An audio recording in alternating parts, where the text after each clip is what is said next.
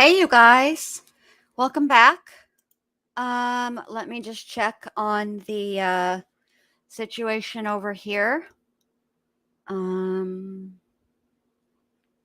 See what's going on with court, see if they're back in. Listen, I have great internet. I've been through this before with Dr. B. We did some diagnosticing a long time ago whenever I was having issues, and it wasn't me, it's StreamYard. I want you guys to, I know it's laggy. I know that there's issues. I get it. There's a lot of bandwidth being used, not only through StreamYard, YouTube, because obviously it's got to go through StreamYard or whatever other broadcast, restream, all those things are using, and then it goes to YouTube, and there's a 11 million people using it all at once. Not to mention the media that's in the courtroom that's also streaming it. So we're probably going to run into a few technical issues. We're just going to have to get through it together and do the best we can. But yeah. So, hey, Copacabana. Sorry, I don't know how to read today. Good to see all of you guys. I'm trying to get us back to the stream as quickly as I can because it's 2:01 right now, and everything's being really slow. So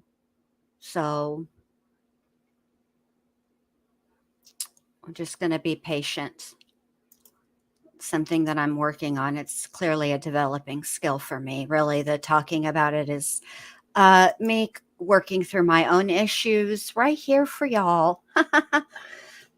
But while we wait, one of the things that I wanted to ask while we wait is we have Kezchick in here.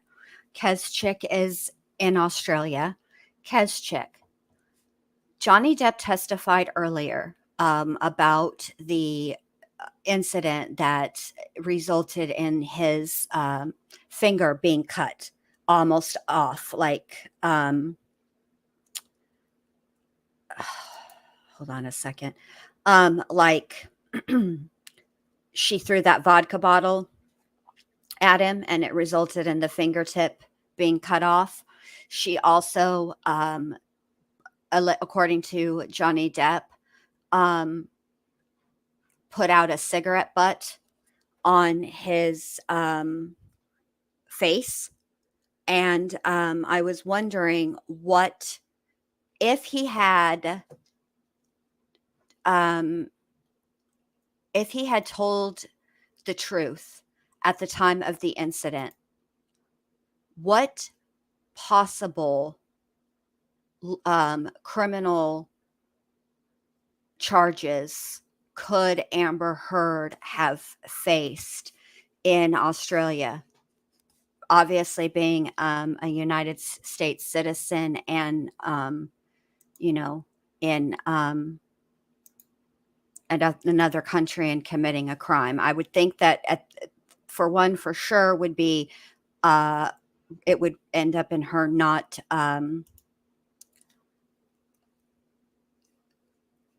being allowed back into Australia for at least a while. All right, hold on. Let's see.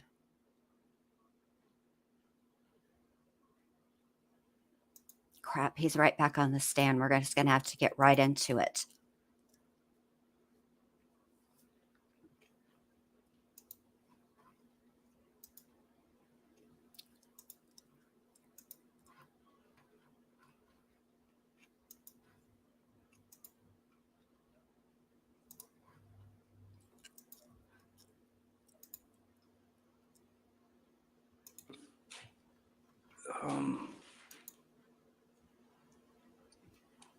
When the Well, what tip of your charges would a person face severed for an assault like that?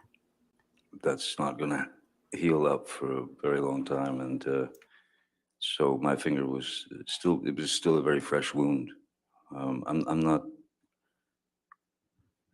sure, but I'm pretty sure that this might have been around the time of the pin the pin that was put into my finger to keep it together, I guess. And what type of cast would you have had on at this time? It wasn't a cast per se. It was bandaging. Um, uh, when the bandage was out to sort of here, that was extra padding for the tip of the finger protection, and also because of the pin that was in there. And there you have it, jail. So Thank you, Kez Chick. as I'd said before, there were when Nurse Debbie would ask, give me, on a scale of 1 to 10, your pain. When the fingers started to feel differently, Thank you, and it hurt a lot Copacabana. more, and it became like a 12 out of 10. Wow. Thank you so much. That was yes, that was right around then, and the reason for that was because of the infection. The MRSA had already been working its way for a number of days. Mr. Depp, could you please explain to the jury the circumstances that led to you having the bruise that's reflected in this photograph? There was another confrontation, another confrontation, another argument about something or other, and we were in penthouse 5 area, which was where Ms. Hurd had her office at the top of the stairs. And so the stairs came down, and then there was a landing, and then another set of stairs went down the opposite direction. And this took place on the landing, where she was coming out, trying to trying to get to me, trying to hit me, trying to do anything she could. And then Whitney, her sister, was there, who who stepped in the way. And interesting thing that was interesting was now is that Whitney stepped in front of Amber and was facing Amber to stop Amber. And when she was in between us, Amber snuck in she reached, got the roundhouse in, and just nailed me on the cheekbone. Do you recall what Ms. Hurd was upset about at this time? I do not. I really don't. And was anyone else in the in penthouse 5 with you and Whitney and Ms. Hurd? By that time, Mr. McGivern had been called. I believe that actually Debbie, as I remember, Debbie Lloyd was at the front door of penthouse 5, standing by the door. Mr. McGivern was kind of at the bottom of the last group of stairs. And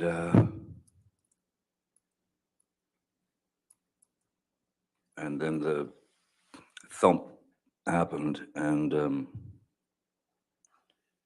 I got myself out of the situation, and I walked down the stairs to Mr. McGivern just to say, let's get out of here, you know.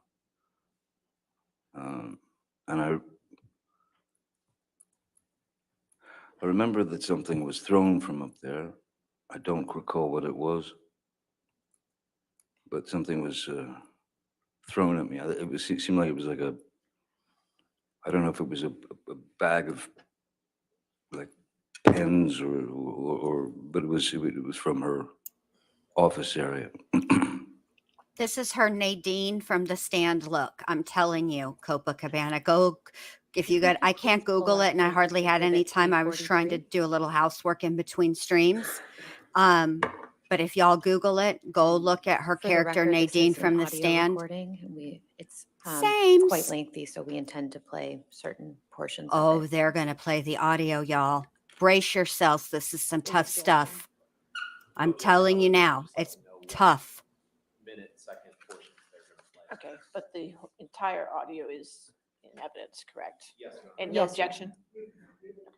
Okay, all right, And 343 in evidence. If you'd like me to read the specific minutes now, or we can provide it to council afterwards. If you want it now, or as you go, okay. We intend to play minute 25, 37 seconds through 26, 28.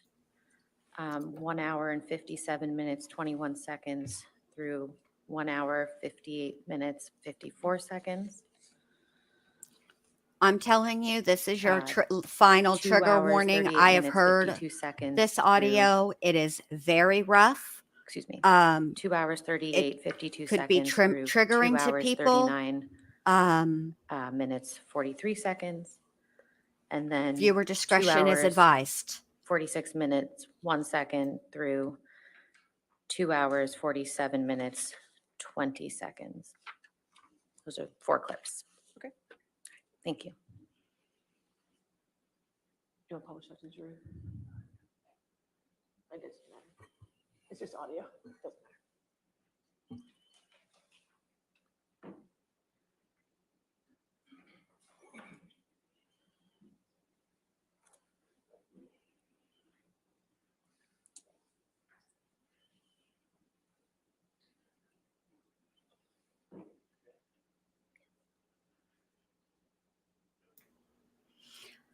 I just want to thank everybody for joining us today. Joining us. Doesn't that sound fancy? There's no us. It's just me. Thank you for joining me, and thank you for joining us in the chat. I'm telling you, if you lost memory last night of kicking me out the door with the fucker hitting me, Again, and your memory is gone from you kicking the bathroom door and hitting me in the skull as I was bent down. I am Wait, sorry. if you have those memory fucking divots. I was upset. There was a lot going on, and I was on an Ambien. Like, Okay, why? but wait. Like, why are you obsessing over the fact I can't remember it the way you remembered it? I said I was sorry. I didn't deny know it. that. I'm not talking about that. What I want.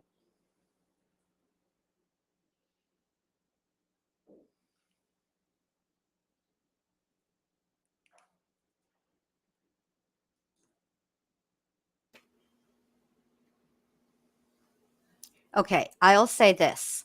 Ambien will keep you from remembering because it is a hypnotic. Ambien didn't make you do it. No, it's not to get you mad. It's not to get. It's just to get out of a bad situation while it's happening before it gets worse. In Australia, when we had the big fight where I lost the tip of my finger, at least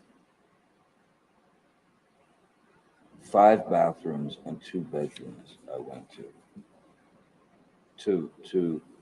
avoid talking to me. To avoid escape working it out.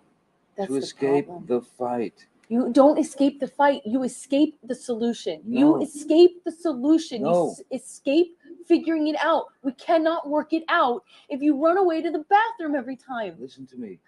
Listen to me. A boxer can't go 12 rounds without a fucking minute break. I'm not giving you a minute break. You do it at minute 3 at the beginning of an argument. No. There are rounds, man. And when it gets too fucking hairy, the ref splits them apart or whatever. But all I'm saying is, you can't have a solution if the argument just keeps mounting and mounting and mounting and mounting. I fucking go to into the bathroom and sit on the floor. Bam, bam, bam. Here you come. I come out. Fight, crazy, escalated.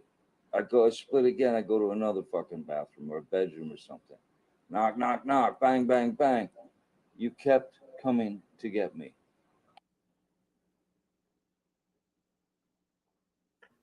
Welcome, Smalls. Thank you. Welcome to the Fall Club.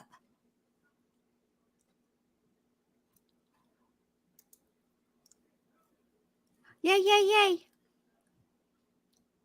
Thank you so much.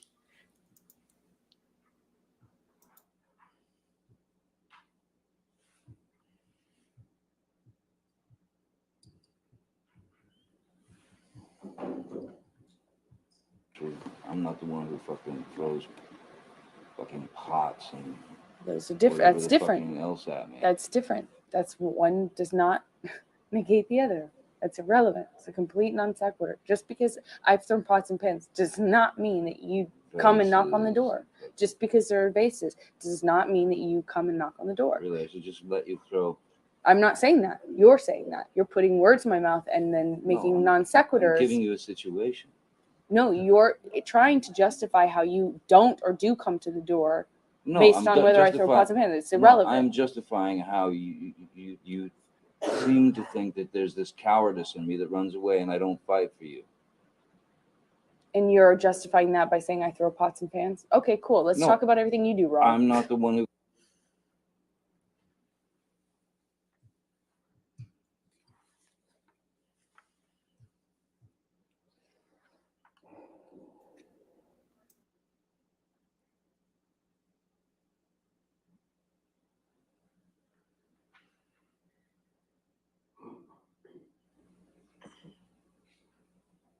I said to Travis, I said to you, hey, tell Travis what just happened. You told me to do it. You told me to. You said, go do that. I said, no, tell him what just happened. And I lied. And that you punched me in You're the right. fucking thing. And You figured it out. And you said, no, fuck it. No, I didn't. What the fuck are you talking about? And I didn't watched punch you lie. And then I didn't punch you, by then the I- way. I'm sorry that I didn't You hit punched you across the face in a proper slap, but I was hitting you. It was not punching you. Babe, you're not punched. Don't tell me what it feels like to be punched. You know, you've been in a lot of fights, been around a long time. I know. Yeah. No, when you fucking have a close You face. didn't get punched. You got hit. I'm sorry I hit you like this, but I did not punch you. I did not fucking deck you. I fucking was hitting you. I don't know what the motion of my actual hand was, but you're fine. I did not hurt you. I did not punch you. I was hitting you. How are your toes? What am I supposed to do? Do this? How are your I'm toes? not sitting here bitching about it, am I? You are. That's the difference between me and you. You're a fucking baby. Because you start. You are such a baby. Grow the fuck up, Because you Johnny. start physical fights. I did start a physical Yeah, fight. you did. So I had Because- to get the fuck out of there. Yes, you did. So you did the right thing, the big thing. You know what? You are admirable. Mr. Depp, could you please explain to the jury what they just heard on those audio recordings? Amber Heard being an asshole. Oh, sorry. I'm not testifying. My bad. What was just played on the audio recordings was very much the tone and the aggression and the attitude and the need for a fight from Ms. Hurd. That was, I don't know if that was some need for attention, but I don't. That was a sound that I had gotten very used to. The squabbling, the you know the raising of the voice to essentially excommunicate anything that I had to say about the situation. But then, and I do remember the that incident.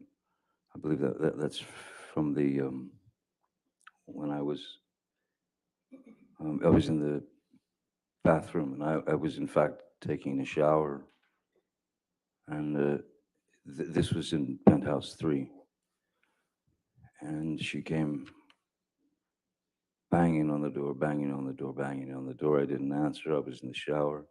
I couldn't deal with it. I didn't want to deal with any more of that sarcastic, demeaning,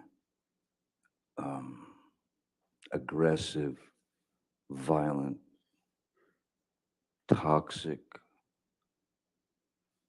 spew. And so I was taking a shower and I didn't want to answer the door. She kept banging. And then I finally got out of the shower and I opened the bathroom door about just that much, just so I could have a good hold on the door in case she tried to burst in. And I was right, she did. She was, bathroom doors go in. She was pushing all her weight on the door, trying to get in. And I was pushing back because I didn't want to let her in, because I obviously didn't want the confrontation. She was not in best of moods. You can hear. So when I was pushing the bathroom door, trying to close it, and was almost closed, she suddenly kind of yelped in pain. And she screamed out, "Ow, my toes or my foot or something." And so in that second, I thought possibly her foot had gotten caught under the door, which would, of course, not feel great on the foot or the toes. So I thought she was maybe injured. So I knelt down to have a look. The door was still, it was still pretty well about that much open. And when I knelt down on my hands and knees to look at her foot to see the injury, um, she kicked the bathroom door uh, into my head. Yeah, she kicked the bathroom door into my head, and I was completely taken aback by such a corrosive, horrific move. So I stood up, and I believe I stood up, and but at this point the door was open. I stood up and I said,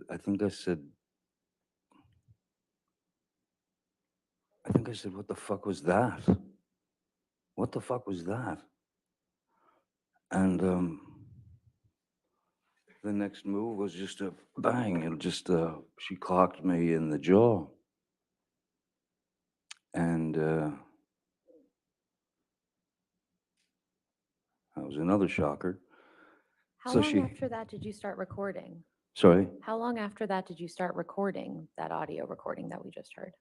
that audio recording was about her trying to make less of what had happened. In fact, trying to make less of what had happened by repeating some story to me that didn't make any sense. And it certainly didn't make any sense since I was there and I was the target. So I wanted some confirmation from someone with some semblance of a mind that could understand what was happening.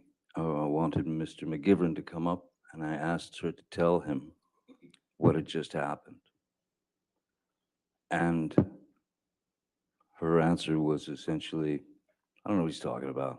Nothing happened. He's fine. And once again, I told Mr. McGivern, time to leave the premises. Mr. Depp, I'd like to show you now what's been marked as Plaintiff's Exhibit 162. Okay.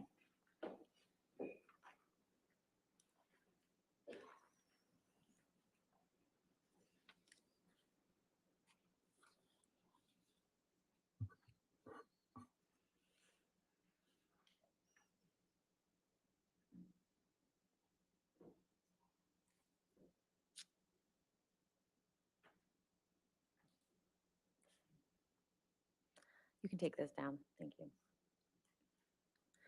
Could you pull up Plaintiff's Exhibit 92, please?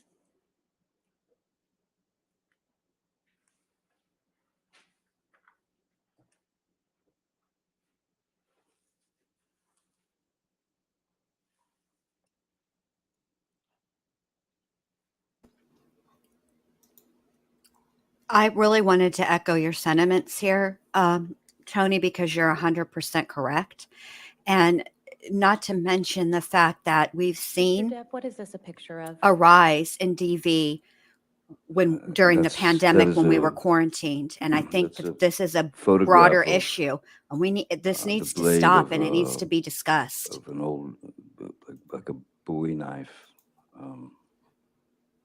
That's the photograph of the blade with an inscription on it to me from Ms. Hurd, who at the time I referred to as Slim. Your And Honor, we'd it's- like to move Exhibit 90, Plaintiff's Exhibit 92 into evidence. No objection.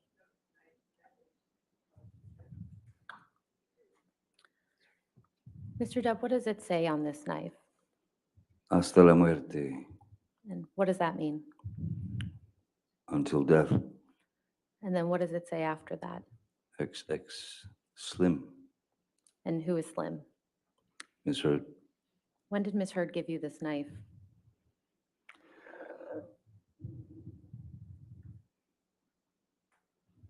Well, it was a present from Ms. Hurd. I believe it was around 2015. Could we please take this down and pull up Plaintiff's Exhibit 93? 93. 93, yes.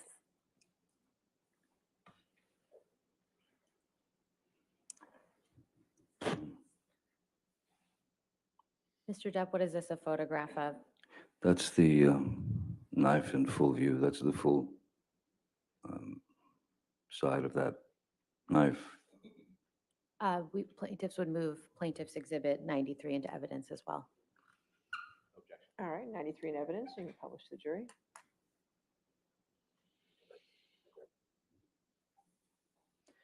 Mr. Depp, do you recall the occasion on which Ms. Hurd gave you this knife? I don't recall exactly the occasion, whether it was my birthday of 2000. I'm not going to say it as hot as Johnny Depp 15, or if Smalls, it but was a it said Christmas gift. hasta muerte, Um, which is until death. Interestingly, Take that this she down, please. remembers that part of the vows, but not the Mr. Depp, I'd now like better to or show you what's been worse, marked as Plaintiff's sickness, Exhibit health. 65. you know, the important vows.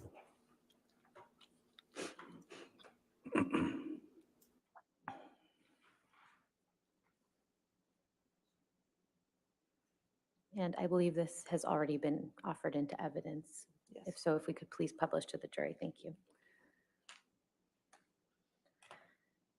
Mr. Depp, what's reflected in these photographs? um, there were some scratches.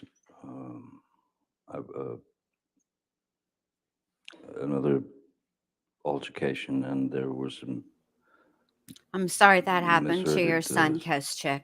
Nobody deserves violence against them. come at me with her nails, her hand scratching at me. And who took these photographs of you? Once again, I believe this was Mr. Pett, Sean Pett. And when were these photographs taken?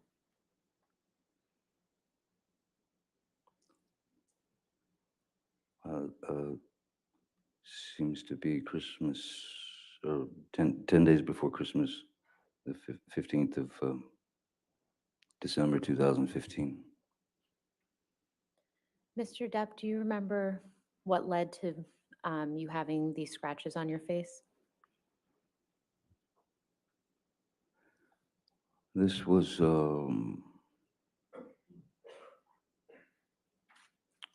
yet again another confrontation where Also, I'd like to point out I'm pretty sure that she purchased the knife with his money. That's all. as was my regular practice, there had been an altercation. She was she had some rage issue with me, and I remember that I was trying to go to my corner, as it were, which is I was going into my office in penthouse 3, which is upstairs. And as I was approaching the door to my office, Miss Hurd ran out of the master bedroom, or our bedroom, and started just throwing wild punches at at me, at the back of my head, at the side of my head, at anything that she could connect with. And I had to, I would have to show you uh, sort of how I tried to avoid the attack. Please do. If it's all right, John. Yes, sir. If I'm walking, I'm so sorry, This way. Kozchik, because that had to be so difficult as a mom. door is where you are.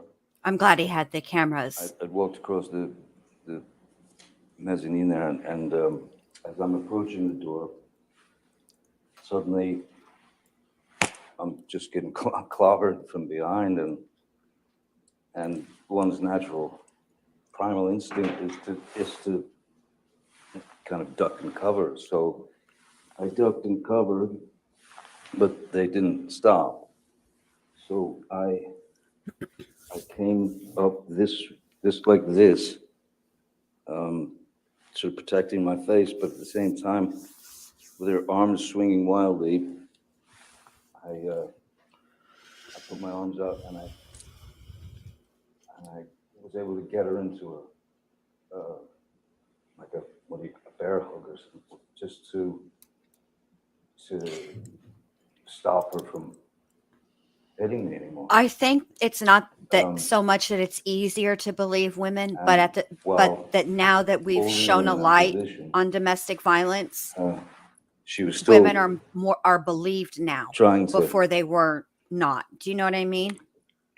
she had her legs, she Now could we need kick, to she could, she could knee we need me. to learn to believe the person So she was who's still out making the outcry. kind of We just need to change our thinking a very little angry, bit. very Adjust animated. it. And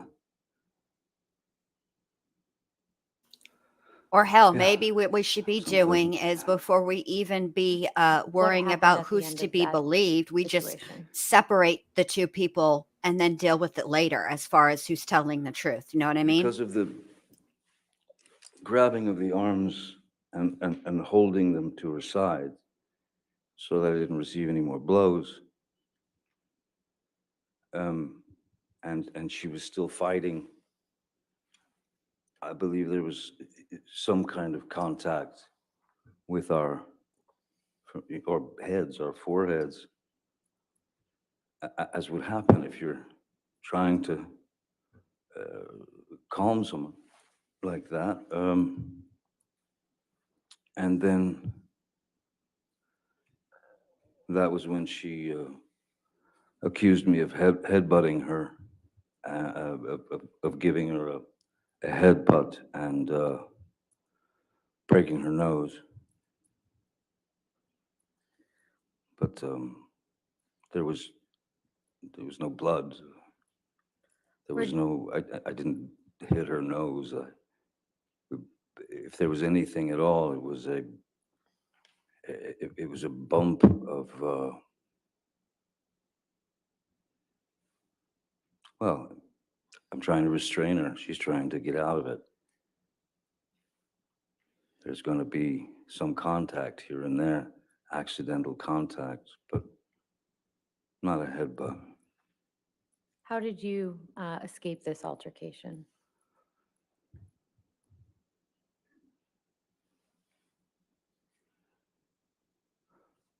After she'd made the remark about the fact that I headbutted her, which was just impossible, she split. She huffed off. I let her go. She huffed away, and she was gone for about 7 or 8 minutes. And then when she came back, I was in the bedroom of penthouse 3, our bedroom. And she came back about 7 or 8 minutes later, and she had a Kleenex or a tissue to her nose. And she pulled it away from her nose and she showed it to me. And there was red. There was indeed like red color on the tissue. But me, I know that there was no connection to her nose. No part of my body made connection to her nose or eyes or anything like. So she said, she took it away and she showed it to me. She said, "Way to go, Johnny, you broke my nose. You broke my nose." And I knew I hadn't. So I said, you go into sort of placation mode, which is, "Oh my God, let me see. Are you okay? What happened? Let me see." And she wouldn't let me see anything. And so I just tried to calm the situation as best I could. All the while, I was waiting for her to dispense with that Kleenex because I didn't trust it. And so I waited and she dropped it into the wastebasket in her bathroom, or in our bathroom, and left the room. Went somewhere downstairs, I think, I don't know. And then I pulled the Kleenex out of the trash bin, and I inspected it pretty closely and realized that it was nail polish. It was nail varnish or polish. Mr. Depp, shortly after December 15th, 2015, where did you and Miss Hurd go for the holidays? Had been planned for a while that we would be going to the island, and we would be going to the island with my kids, Lily Rose and Jack, and Lily Rose's boyfriend at the time,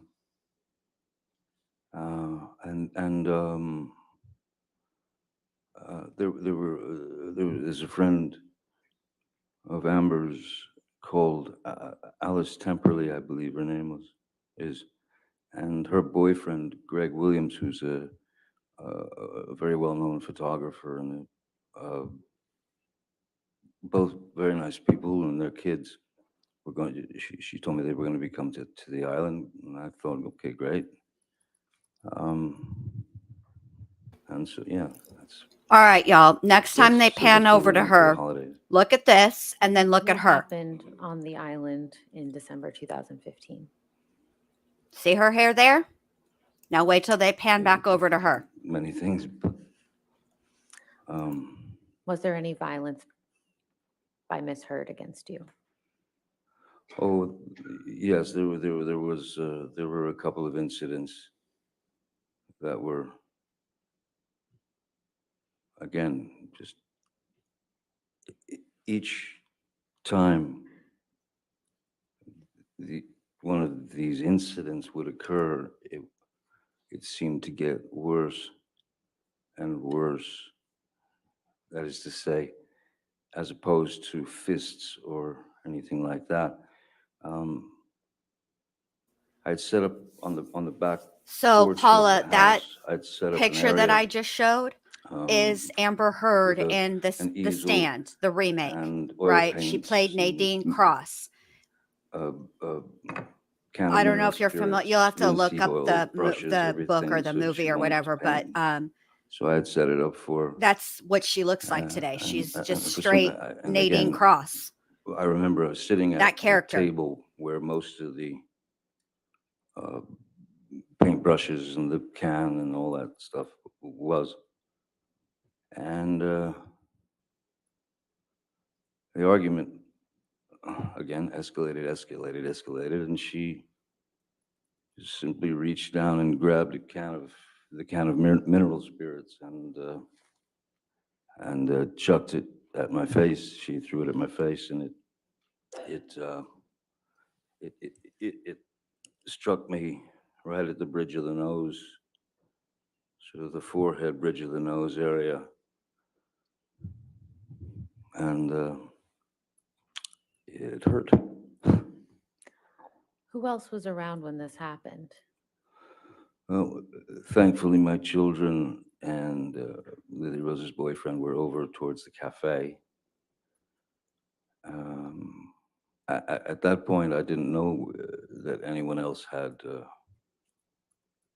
was around or had witnessed anything. I thought it was just Amber and I, but apparently um, there are 4 staff who work on the island. I don't think it's hearsay. I don't think any statements yet. You can go ahead and continue your answer, sir. Okay.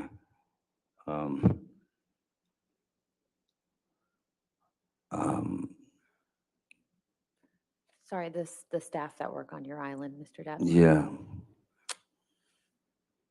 So there are indeed 4 staff who work on the island and live there all year round, who take care of everything, and 2 of them happened to be in that area and witnessed the violence. I'll sustain as to, unless you can lay a foundation, how you would know that Certainly. if it was not hearsay. Mr. Depp, how do you know that these staff members witnessed part of this altercation?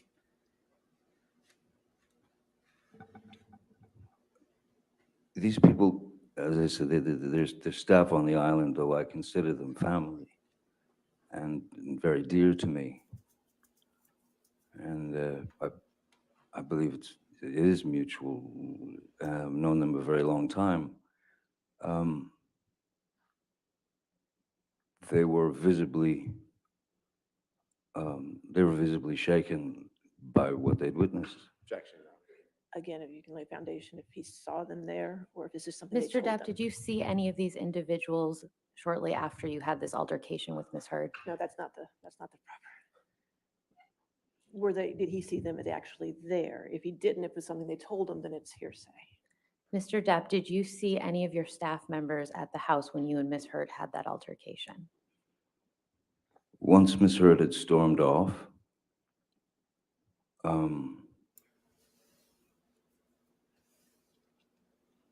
I Just say yes, sort of sat babe. there dazed and confused for a few minutes, and then I walked around the house, and I saw Tara and That's fine. Okay, I'll sustain the objection. We move on. You mentioned Tara. Who's Tara? Tara's the manager of the island. I'd like to manage the island. Mr. Depp, I'd like to discuss Poor April Johnny Depp. 2016 now. When is Miss Hurd's birthday? 22nd of April. Oh, it's And coming up. In 2016, how was Miss Hurd celebrating her birthday? With my money at Coachella. We'd set up a dinner for her, which was, she wanted to have a dinner with all her friends, and Josh, Drew, Rocky's boyfriend, who was some sort of chef, he asked her what she would like for him to cook. That's hearsay, I guess. Yes. Go ahead. I'm not just sure if offered for the truth of the matter asserted. He got it. That was good. Okay, all right, well, then. I'm learning. There you go. Let me put it a different way. Mr. Drew, who was a chef, She needs Don't to be believe it's celebrating on the island of Alcatraz. Mr. Drew had made Mexican food Ms. Hurd's favorite. Is that better? And what were you doing that day before Miss Hurd's birthday celebration? I had been in a room for many, many hours with a group of accountants. At the next break, new Copa, we're going to accountants. talk about that because now I'm And understanding a little bit more the definition of They were hearsay going as it through, pertains to trial testimony. Essentially the situation that I was in financially, which was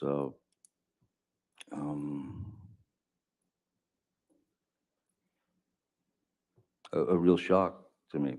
I had no idea, and I know this sounds ridiculous, but I prefer to think of the work as opposed to how much I'm getting paid. So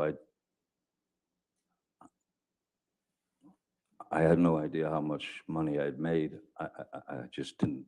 I just figured if I was working, there was money, so everything would be all right. They informed me that I had been, well, that quite an inordinate amount of sum of money had been was gone. It had disappeared, and after having worked 30-something years in the industry, I'm sorry, I could hear Ms. Brett. No, you're fine. Go ahead. Sorry. Go ahead. I was pretty shocked at where I was to learn I was exactly financially. And it was a very long meeting. And I knew, of course, that Ms. Hurd's birthday dinner was to start at, I believe, 8:30. And I texted her a number of times from the meeting saying, this is probably going to go long, and I think I might be a little late. I'm sorry, but it's, you know, important, and I'm going to be a bit late for the dinner, and I apologized all over the place. And so when I left and picked up something at the house, which I believe was her gift, on the way downtown, I received a text from Miss Hurd asking me to bring, asked if I could bring some wine and some weed. And I texted back, sure. And then by the time I arrived at Penthouse 5 for the party, I was about an hour and 40 minutes late, maybe, something like that. Before you arrived, how many drinks had you had? Oh, I think I'd had a glass of wine with, there was one bottle of wine that Ed White had brought to the meeting that we, between, I don't know how many, 5 or 6 of us, we had a glass of wine. Could you tell the jury who Ed White is? Oh, yeah, sorry. Ed White was at the time, he was my new business manager. And he was quite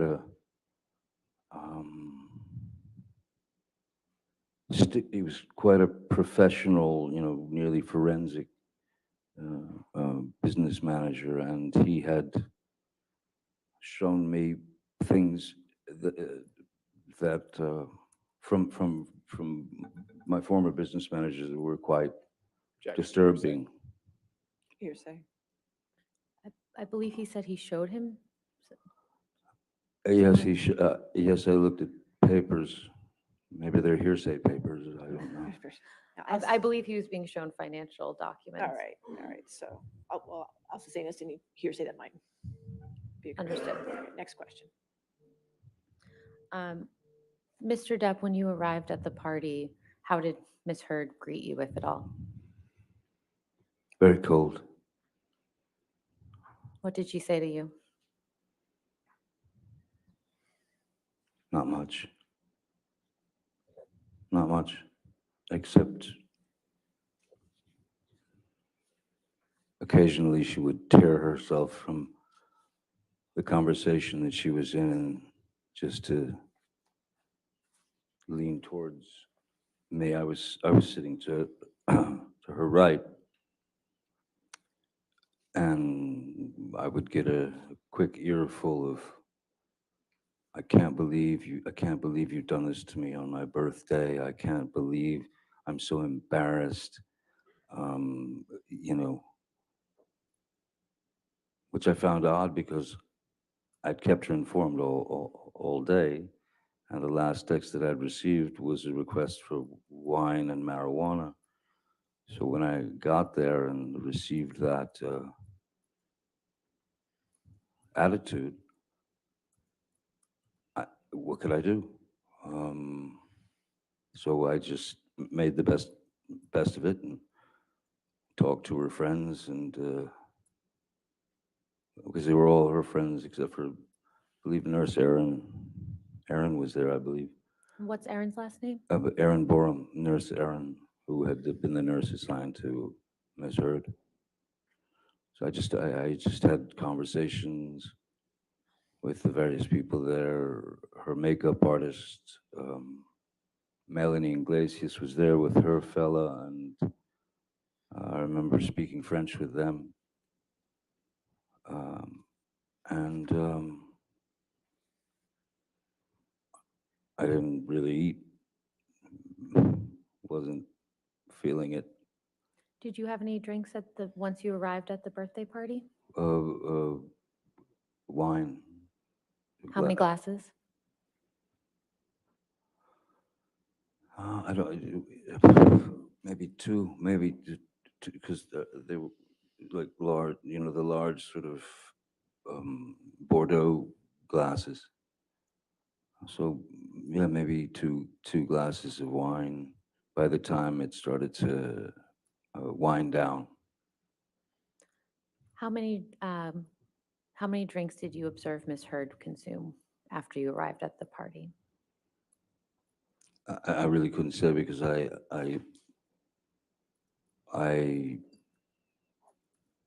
all I saw was just she was drinking wine. And did it seem to you that she had been drinking wine prior to your arrival?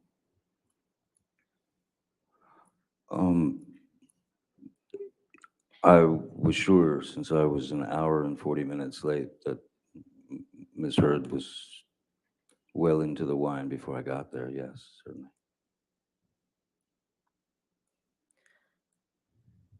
How did the party come to an end? Uh, um,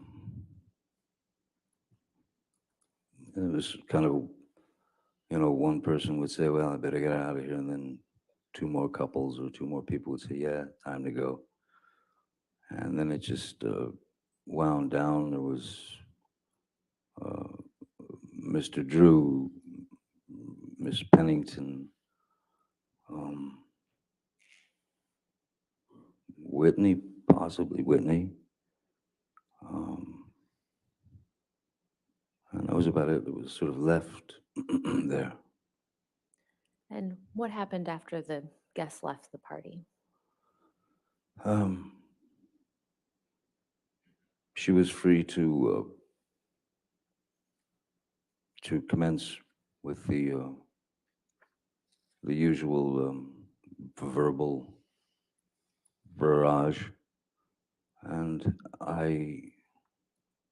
at that point, there was so much in my head from the meeting. I thought it was a bit much that Miss Hurd had. I'm sorry, it seemed quite bratish. It seemed quite childish that Miss Hurd was holding such a grudge against me for having been late to her 30th birthday party when she knew very well, she was well informed that I was in an intense meeting that had a lot to do with not just my life and my future, but my children's. And what would, I didn't know what was going to happen to,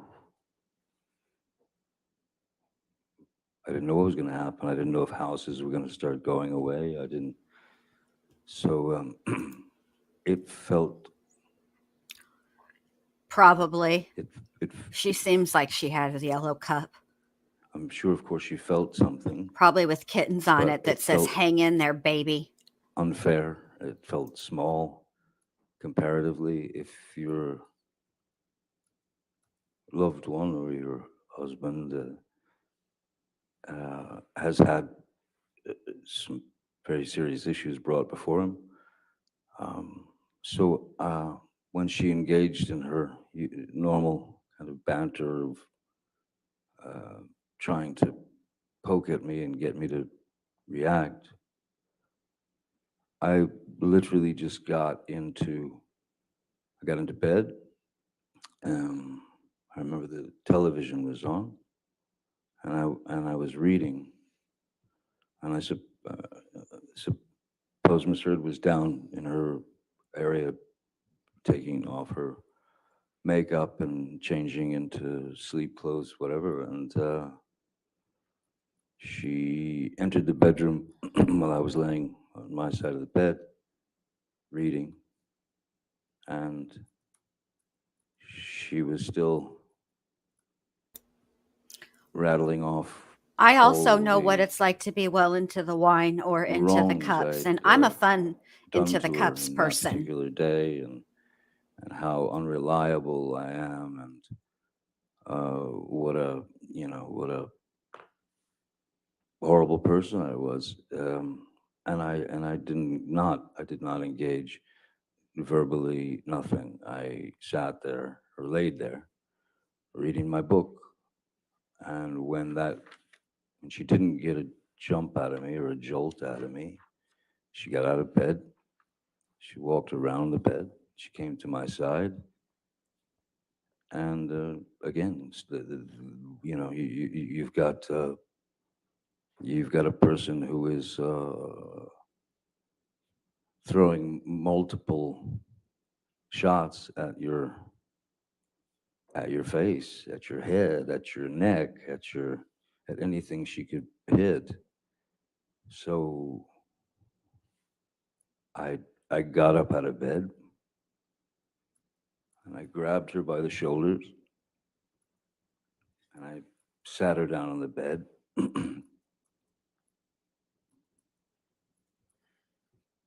And I said, I'm leaving. Please don't get off the bed. Please don't follow me. please don't try and stop me. I'm leaving. And she got up off the bed. And Hey, she can y'all hear that stared tick, off at tick, me tick, tick, tick? in the Are we having doorway of another our Watts clock? Is that bedroom. what's happening here? And I said, what do you want to do? Hit me again? Would you like to hit me again? And I said, go ahead, hit me. Bam. No Paula And walking. then I just said, is that what you wanted? Would you like another? Bam. There's the second one. And I said, good, now you're done. Grabbed her by the shoulders, walked her to the bed, sat her down, and said, don't follow me. Leave me alone. I'm out. I'm gone. I went, I grabbed a few things, and I got out immediately, and I went to my other house on Sweetser. As Ms. Hurd she was leaving the following day for Just FYI, Paula, Coachella, which is she's a life ruiner Coachella's like as well as a movie it's a ruiner. big That's all I'm event, going a to say. concert, many, many bands, and yeah, out in the desert. She and her friends were going to Coachella for the weekend, and that was it. That was it.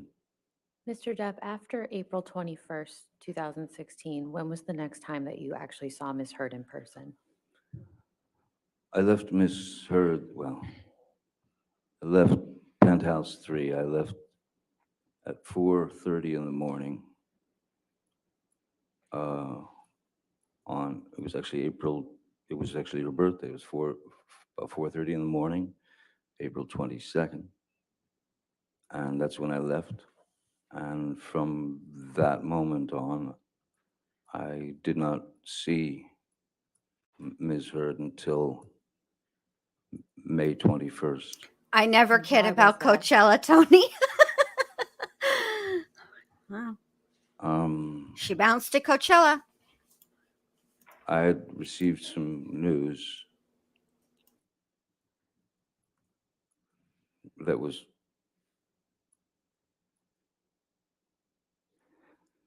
as absurd and grotesque and cruel.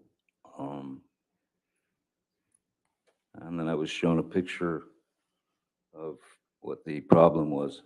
I had gone to Mr. Bett and said, she's at Coachella. I think it's a good time to go downtown so that I can get some of my things, and get them out of there, especially the things that were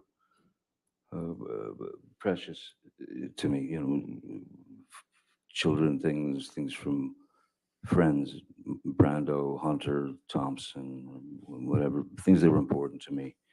And he said, I don't think now's a good time to go. And I thought, it's the perfect time. She's not going to be home for 2 days. And then he showed me a photograph on his telephone of Objection, Your Honor. Also hearsay. It's a photograph, Your Honor. As being relayed to him by Mr. Bett. He says he looked at it on his phone. I'll overrule the objection as the photograph. What was the photograph of, Mr. Depp?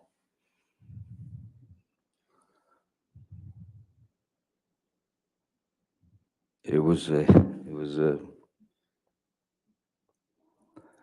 a photograph of the bed, our bed, and on my side of the bed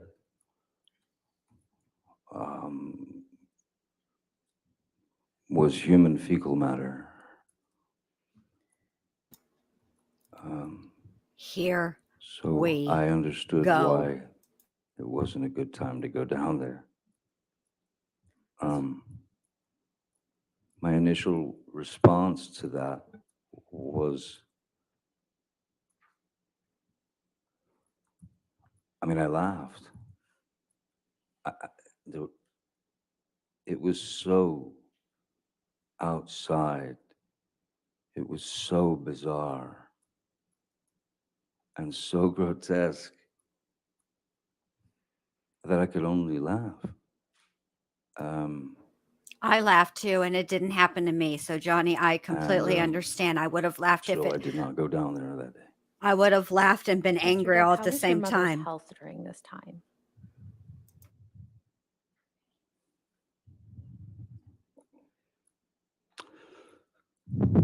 Um, Not good, not good at all. My mom was in Cedar Sinai Hospital, and she was on her way out. She was dying. How She- often were you going to see her during this time? Excuse me. How often were you going to see her during this time? Um, as much as I could under the circumstances. Um, but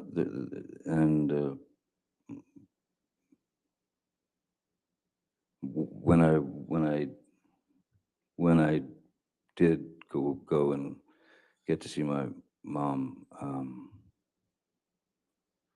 she was pretty much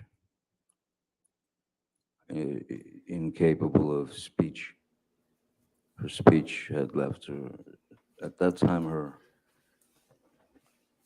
she seemed to her eyes were still open, and she could kind of react with her eyes, but she couldn't speak. And then not long after that, once her eyes closed, she lay there for the duration of her life, which ended on the 20th of May, the, the night before I saw Miss Hurd for the last time. Well, essentially. I'm so sorry, Mr. Depp, but how did your mother's death affect you?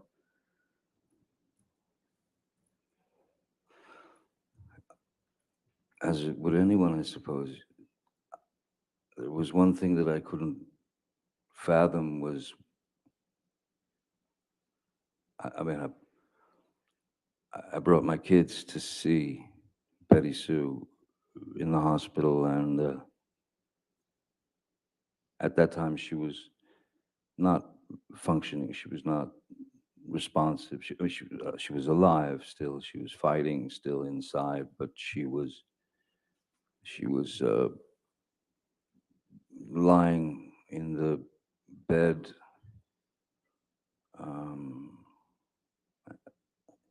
and what, excuse this analogy, but all I could think of was how if she's conscious of if she's conscious of everything that's going on around her, but has no ability to speak, has no ability to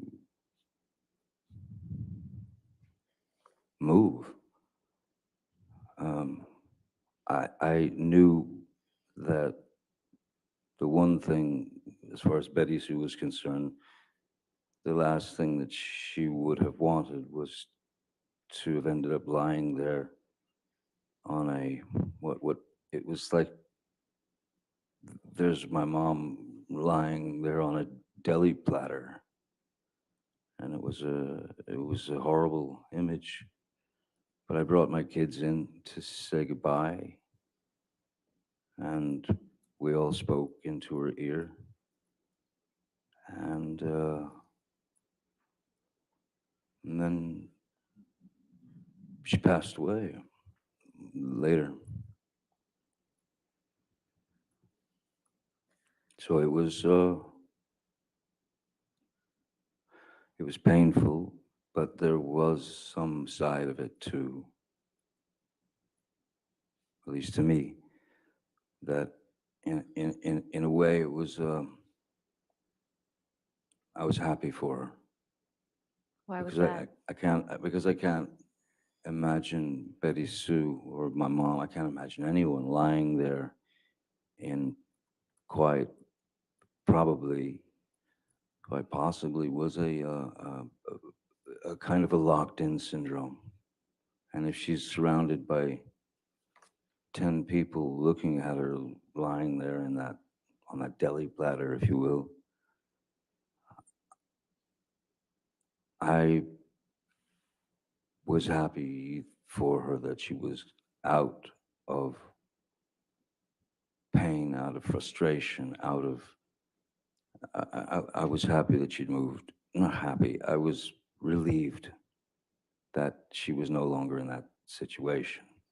Though, when those you love leave, we're the ones stuck with the pain, with the grieving. But I was glad that my kids got to see her and give her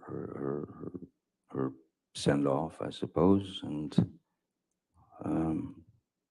but it was no. It opened my eyes quite a lot to a number of things.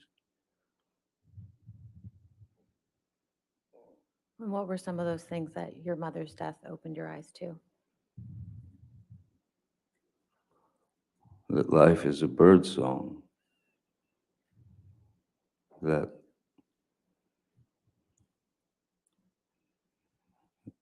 what feels like 100 years is in fact a second, millisecond. Nobody can count those things, you know. So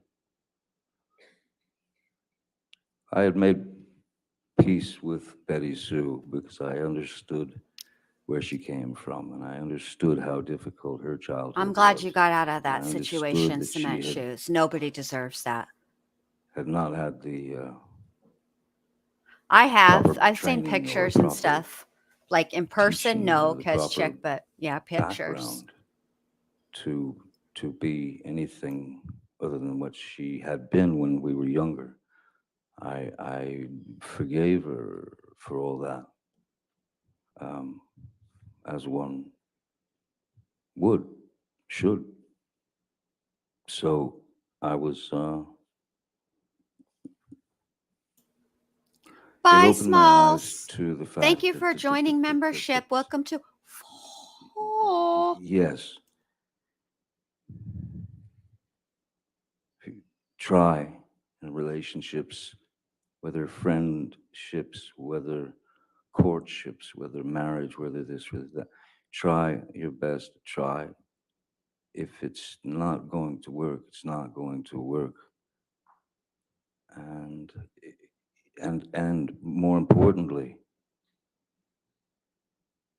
if you're going to get out of it, if you're going to make an end, which I had decided that it was, somebody had to call it, and I decided that I would call Amber and tell her that my mom had died that day.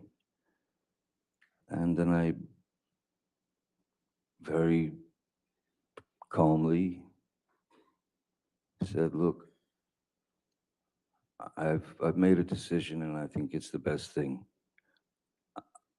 I'm going to file for divorce, but I'm not going to I'm not going to cite irreconcilable differences. I'm not going to cite any violence. I'm not going to. I'm going to state this. We simply, the two of us, we simply don't want to feel as though we have a collar around each other's neck and a leash attached to it, and then this piece of paper that proves that that's true.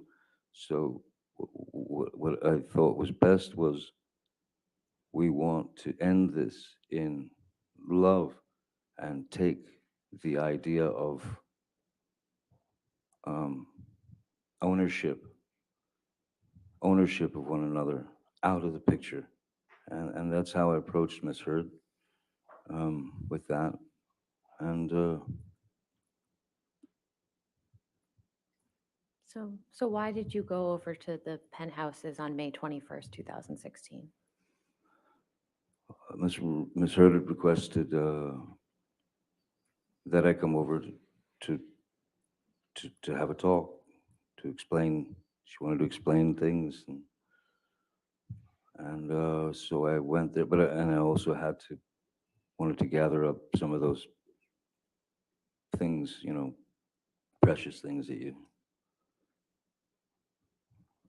live with. So I went over there to have a discussion, what I thought would be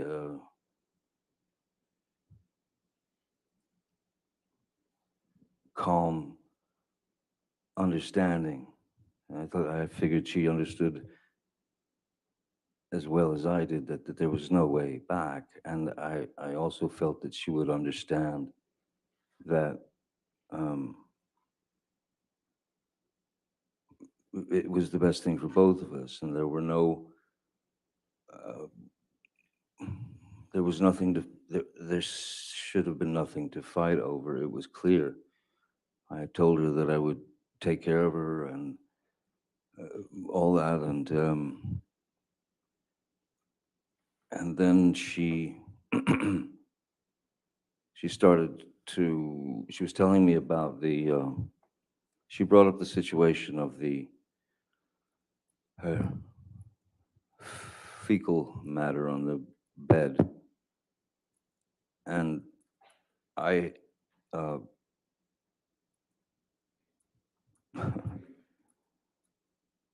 and she tried to blame it on the dogs. But Why didn't you think it could have been the dogs? the dogs they're teacup Yorkies. They weigh about 4 pounds each. The photograph that I saw, and Do you guys think they're going to show the photograph? I lived with I still those haven't seen dogs it. for many years. And so did Hilda Vargas.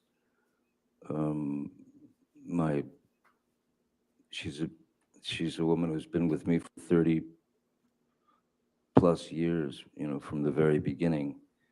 And she was the one who photographed it. It was clear she knew the dogs as well as I did. None of that did not come from Just a out here dog. blaming innocent just didn't- dogs. Come on Mr. now. Depp, could we back up a little bit? Who went over to the penthouses with you on May 21st? I went to the penthouse. I'm fixing to Google it. I don't know if I can show it here. Jerry Judge and Sean Bett. And I had asked them on the just in case, please pay particular attention and stay as close to the door, stay at the door, or if you got a split, come back quick. If they went down to the security shack or whatever it was, don't linger, get back. Because if you hear anything, if you hear screaming, you got to get in there. So leave the door unlocked and spring in there if you hear something. Why did you want them to be able to get into the penthouse quickly if they heard anything? Just based on my past experiences with Miss Hurd, when you say something that she either didn't agree with or swore up and down that it was complete falsity and there was something wrong with me, I'm crazy, and the escalation. If anything was going to start to escalate, I did Googled not it. That's want to not be dog. there. So I had them And that's all I'm going to say about that. waiting by the door to get in there in Hey, case Renee anything went New. down. Good to see So you. when you walked into the penthouse, what did you see? When I first walked into the penthouses, you walk in and then make I a don't think left, they're going to show it. and then you're in the kitchen area, Or, I mean, they might to the And then jury, beyond but I that don't think they're was going to show it to the us. living room. I saw Miss Hurd sitting there on the couch, and I went over. I don't know to what the rules are about showing it. So talk. let me just say this.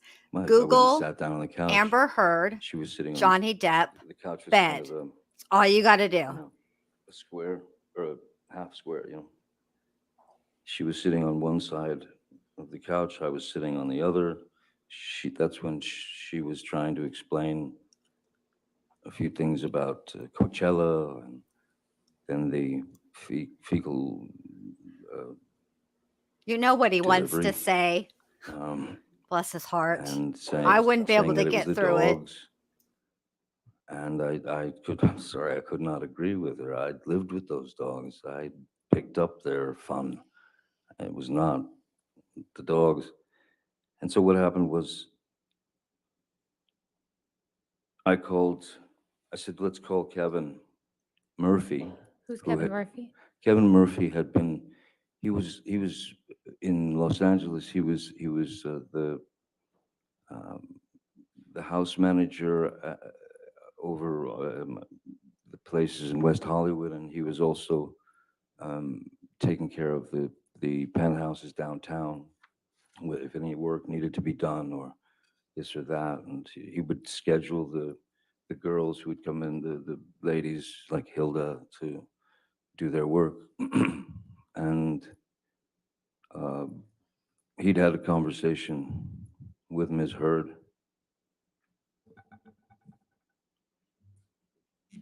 Hearsay, Your Honor. Let's move beyond the All right, let's move conversation on. that Kevin Certainly. Murphy had with Ms. Hurd. So after you called Kevin Murphy, what happened? I asked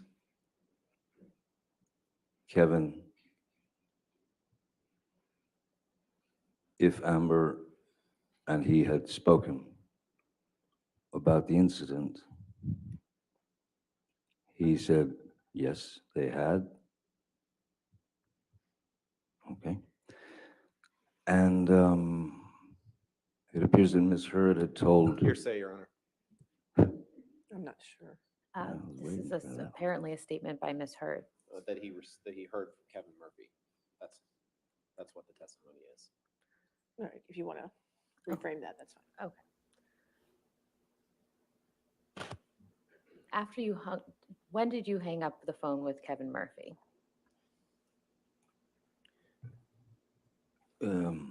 Right about the time that Ms. Hurd was screaming obscenities at him and calling him a liar, and that he was a scumbag. And I told her, I said, listen, don't speak to this man that way. Do not disrespect this man in that way. And then Kevin Murphy just hung up. And so at that point, she was riled, of course.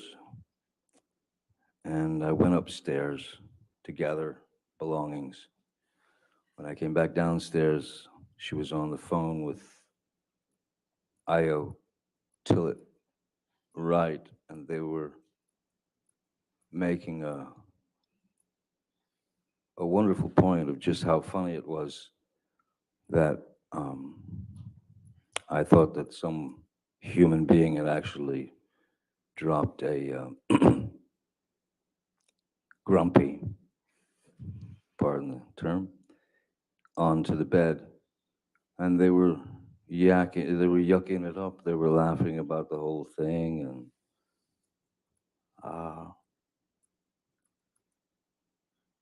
it was, it was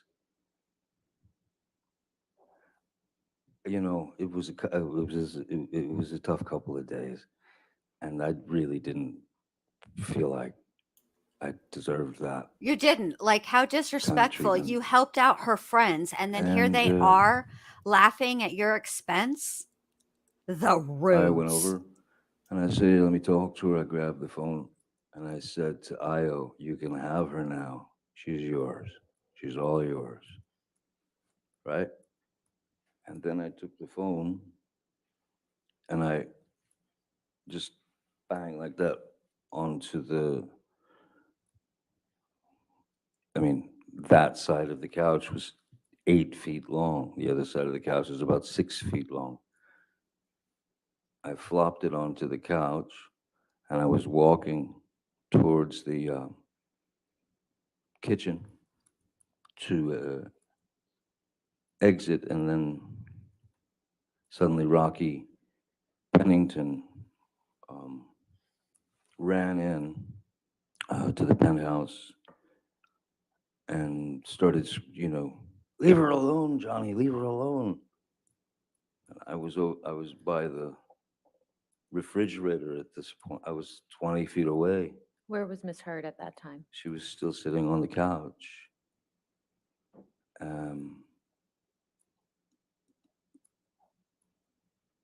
And that's when the screaming, the screaming started with like, again, I'm 20 feet away. She still got Io on the phone. I don't want to be She's got judgy, Rocky there. but I wouldn't have a Stop hitting me, conversation Johnny, she's screaming with AH in her unless I had a whole body um, cam system going. freaked out, No way, Jose. upset voice, high pitched. Stop hitting me, stop hitting me. Jerry Judge and Sean Bett entered the room. And as they entered the room, and she was quite surprised to see them, she said, that's the last time you'll ever hit me. That's the last time you'll ever do that to me. And again, I'm a good 20 feet away by the fridge. And then Jerry said, boss, I think we should just leave. And then we left. That was the last Hi, Sam. time I saw Miss Hurd until she asked me to break the restraining order. Or not break the restraining order. Break the Cross the restraining street order and spit twice, and cement talk to her shoes. in July later. Get rid of the bad juju. Mr. Depp, where did you go after you left the penthouses on May 21st? I went home. To which home? Oh, to Sweetser. And then where did you go? Where did you go after you went home to Sweetser? I was due to. I had to go to. I had to catch a flight to New York, where we were doing. I was this group, the Hollywood Vampires. We were about to set out on a 2 or 3 month tour of Europe, and we were rehearsing in New York, and then we played one show in New York as a warm up gig, and then we were on the plane, and we started the shows in Europe, and I was on the road from then, which was May, on through July, August or something. Ms. Myers, is this a good time to take I our was, afternoon break? I was just going to Okay, suggest that. Thank you, Good, Your all Honor. right, thank you. Let's go ahead and take our afternoon break, ladies and gentlemen. Please do not do any outside research and do not discuss the case. Thank you.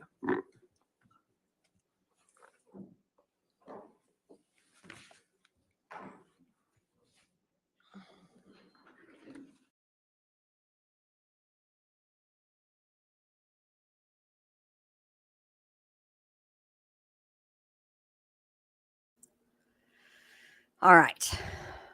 I finally figured this layout thing out. This has nothing to do with the court, but this way I can have me on the screen and I don't have to flip back and forth through to the other tab. So, yeah. How about that testimony there? I mean,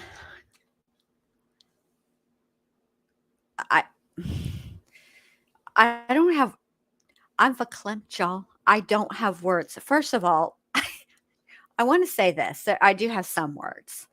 I'm not 100% sure that she was using the term non sequitur correctly in her audio. In those audio recordings. I'm gonna have to do some research on that matter, because you know how I feel about the wrong words being used. I just feel like she tries to to me, let me tell you, to me, the way that her arguing with him came off as was more like, let me attempt at sounding like the rational, mature, bigger person. And then 2 seconds later, she's, screaming. And it just, I'm sorry. I got to feel for Johnny Depp in this situation. Regardless, just putting the DV allegations aside, I would be incredibly annoyed if I had to argue with Amber Heard, because I'm the type of person that if you are out of control and you're screaming and yelling. Now, when I was younger, it was different, but now that I'm older, I'm better at it.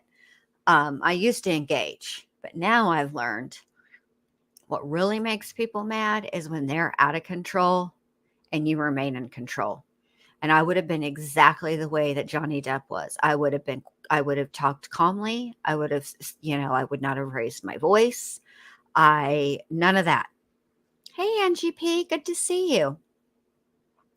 So, yeah. And then whenever he was testifying about, sorry, you guys, I got up early and I'm sleepy. Then when he was testifying about what happened with his mom, when he lost his mom and all of that, and sort of put things into perspective for him, I believed his testimony there. I think that I can only speak from my experience, and when I lost my mom, you put things into perspective. I think losing your parents just does that.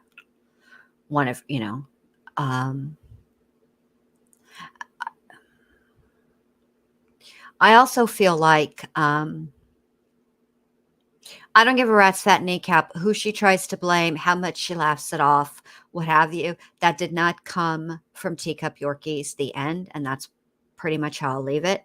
You all can Google for yourself. Yeah, Cement Shoe, she's supposed to be taking the stand, but after he finishes presenting his case. And so this is what I suspect is going to happen next. I suspect after Johnny's done testifying on direct, which is what's happening right now, right? Then her attorney will get a chance to cross-examine. I think, dependent on how his cross-examination goes, they will either rest their case and say they feel they've done enough, or potentially call some more witnesses to back up the incidents that he has testified to. Excuse me. Now, from what I understand, Elon Musk and James Franco are scheduled to testify, but they are testifying as Amber Heard's witnesses. Okay. But I don't know if they're like witnesses or hostile witnesses, or what the deal is. So yeah. And I think that Amber Heard, what she's doing, I believe, is she's taking notes over there on the stories that he has told, the testimony that he's provided of specific incidents. And I think what she's doing is she's crafting her testimony. I think there are specific situations that are particularly that do not show her in a very good light at all. And she was really writing fast and furiously during some of the testimony about like the detox, stuff like that. So I think she's definitely going to testify. I think she's going to craft her testimony to directly contradict specific incidents that he's talked about. And I think that I agree, Paula Walking. I feel like at this point, for her, really, she has to win in her mind on a couple of levels. One, I think, is her own selfish reasons. Like, I need to beat him. He's got more money. He's more well known. He's better liked, yada, yada, yada, right? On that level. But then there's the other level where she certainly, even if she doesn't want to like acknowledge it or even admit it, the thing about that is you can be in denial all you want to, but there is a part of your brain that is never in denial. Okay. And so it's not going to work for long, her being in denial like that. And I'm sure in her quiet moments when she is alone and allows it, she recognizes that should she lose, the long term, and she doesn't care about the Me Too movement, the long term ramifications to that, the long term impact that this will have on cases of domestic violence moving forward, any of that. This is not about that for her. She realizes that if she does lose, that her career is going to take a nosedive. Now, I don't know if she'll ever be able to recover from that because there's been other, I hate to say it, I mean, this is up there at least in the top 5 of the, worst scandals, right? In Hollywood, and careers have come back from scandal before. So it's possible, but I just don't think so. I don't think that, I'm so sorry, excuse me. I don't think that she has had enough people, fans, I don't think she was well known, and I don't think she was well liked before this incident. You know what I'm saying? I think it's just going to go super bad for her. And I would be curious after he's done testifying today. I don't know how often those net worth pages update, but I'm very curious if it doesn't change.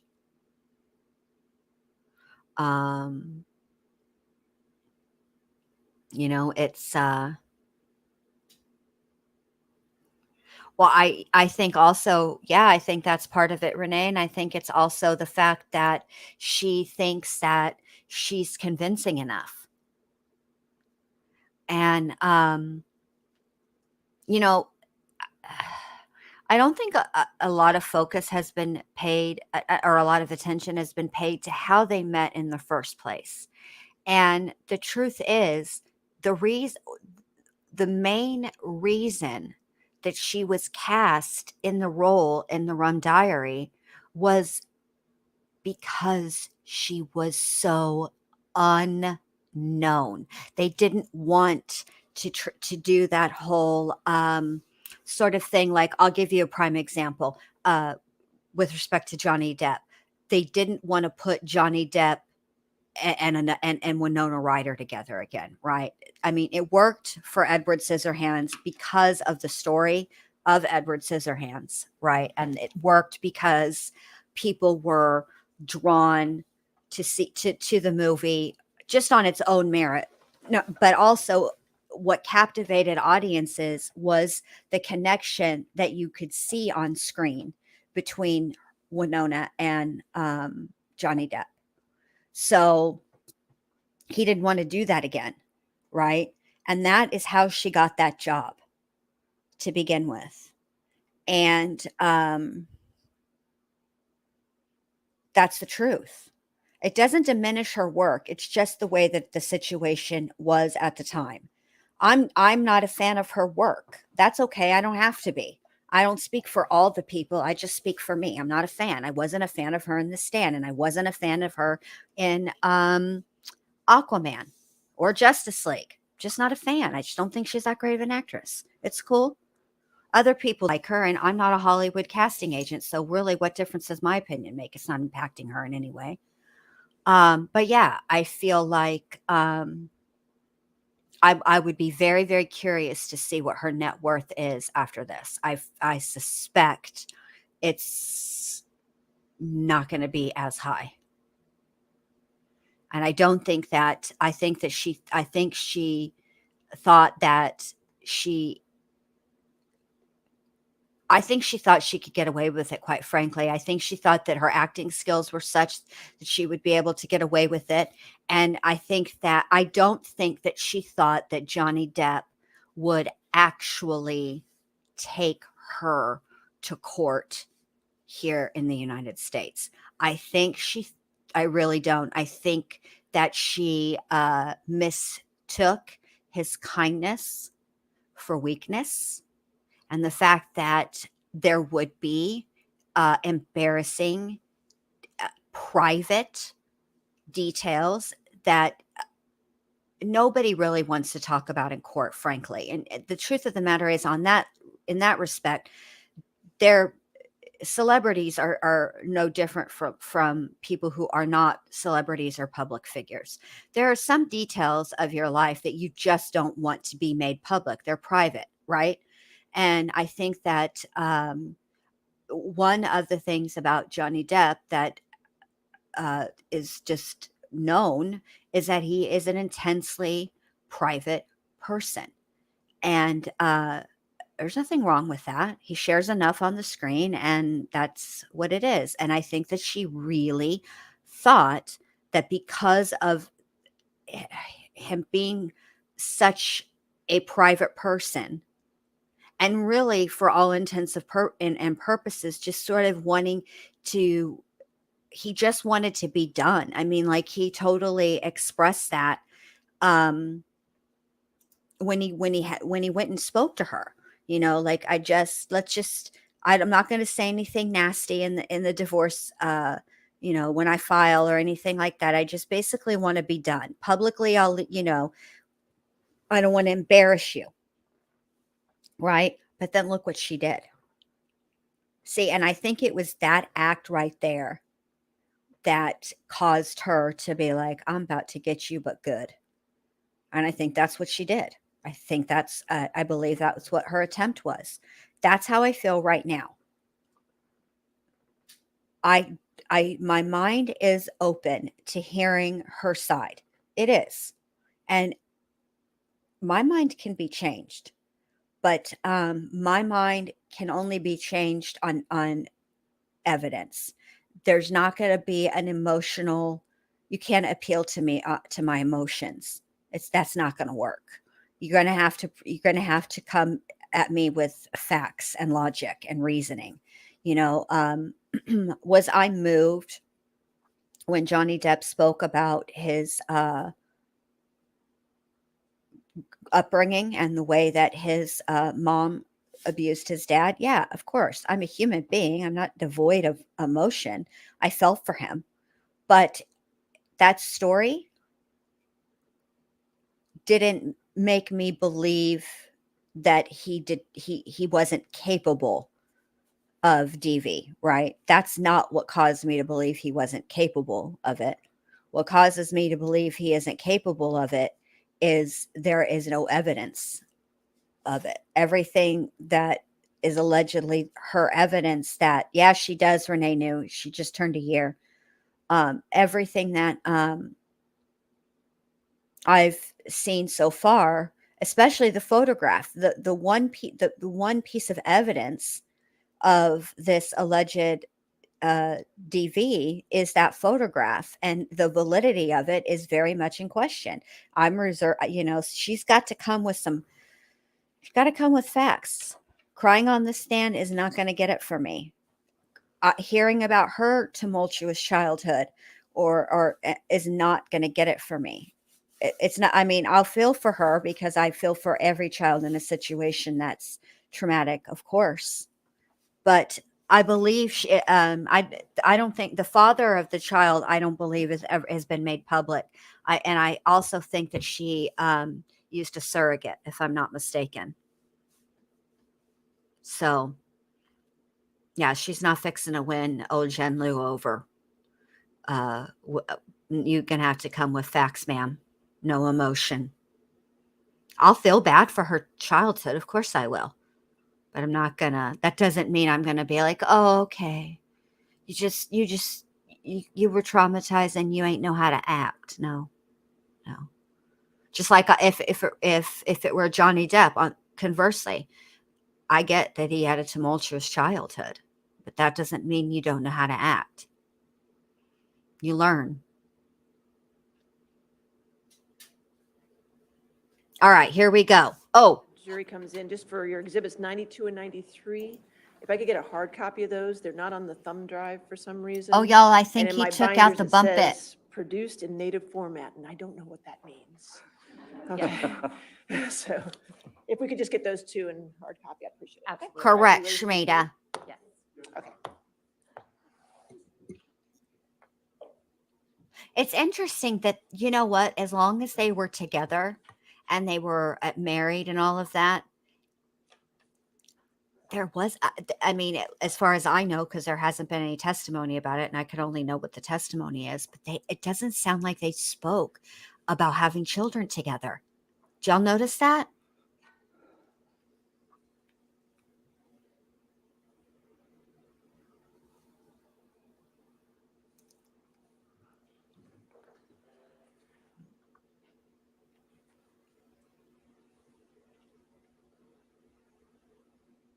Also, I think I'm trying to, oh, I don't know what's going on with that ponytail, y'all. I'm sorry. I'm fascinated by it. All right, thank you. All right, your next question, ma'am. Thank you. Mr. Depp, I'd like to show you another audio recording that is Plaintiff's Exhibit 397. I don't know what this is, but it's none And of the for audio record, we recordings intend to are play the portion that is 1 hour, 4 seconds to 1 hour, 2 minutes, and 50 seconds. All right, so there's no objection to of 397 happy coming into time. evidence So in brace entirety. yourselves. Okay, are you coming? Let me make 397 sure into this is evidence, or turned we'll up. Play that part. It's fine. Shmita, adjust show computer speakers to show warning, and make sure y'all are on live chat also. All right, they finna play. Now be quiet.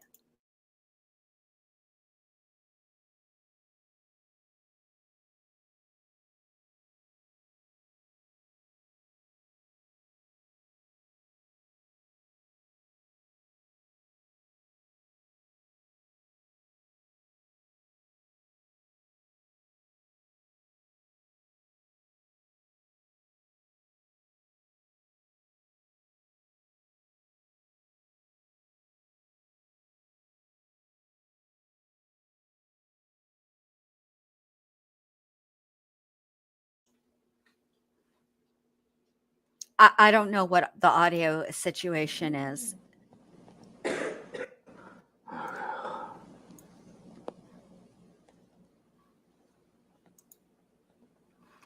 But I'm upset because I wanted to show this again.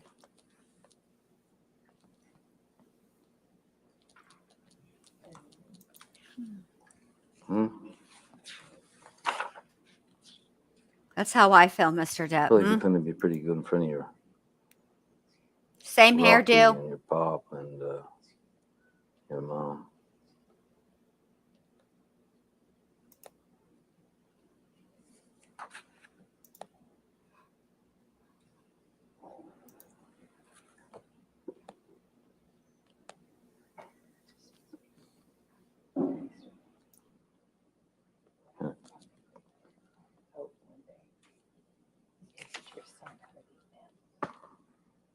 so good at it.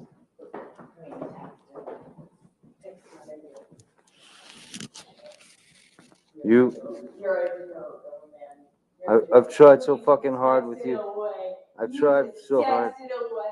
Hey, if you ever learn this shit, 50 fucking something years, you never know. Oh, to God. Oh, to God. Jack's stepfather teaches him more about being a man than your fucking left nut. Hey, that's good. You gave me some shit about my kids, just like in London that you designed.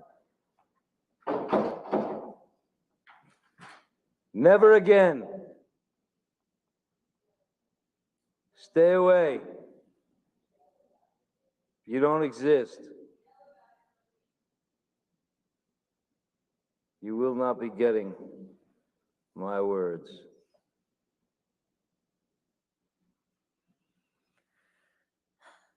Mr. Depp, could you please describe to the jury what they just heard in that audio recording?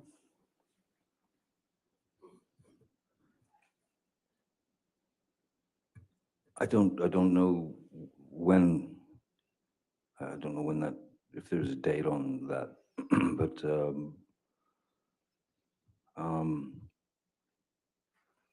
clearly there was some animosity and another clash. And Miss Hurd,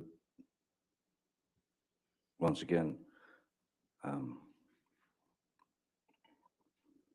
felt it necessary to bring my bring my kids, my son into that argument and say that she hopes that my son's stepfather can teach him how to be a man, since I couldn't.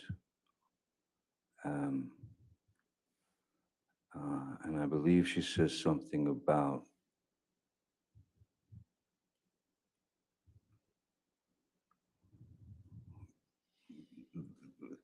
more man in the stepfather than would be existing in my, I believe the term was left nut.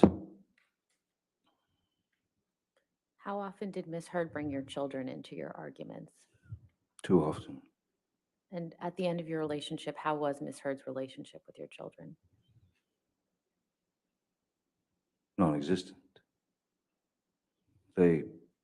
My children,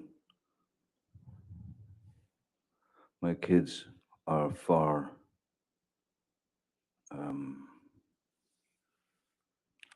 more intelligent than I am, and they broke.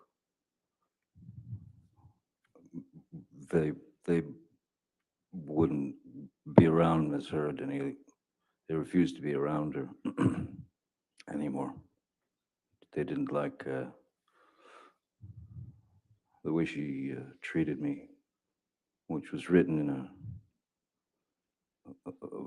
very elegant letter by my daughter, actually, to to Miss Hurd. I don't know if that's in evidence, but I remember my daughter sent a text to Miss Hurd. Objection, Your Honor, just hearsay. It's one thing for the witness to tell his story. It's another thing for him to tell other people's All stories. right. We All can right, move we can on. move on. Okay. I'm sorry, I read the email. Yeah, I understand. Next question. When did you learn that Miss Hurd had filed for divorce? Well, it was, let's see, Betty Sue was the 20th. That night I spoke to her about the divorce. 21st was the kicker. I believe it was on the 23rd, and I had already left town for New York to prepare for the tour. Did Ms. Hurd know that you were out of town at that time? I don't know.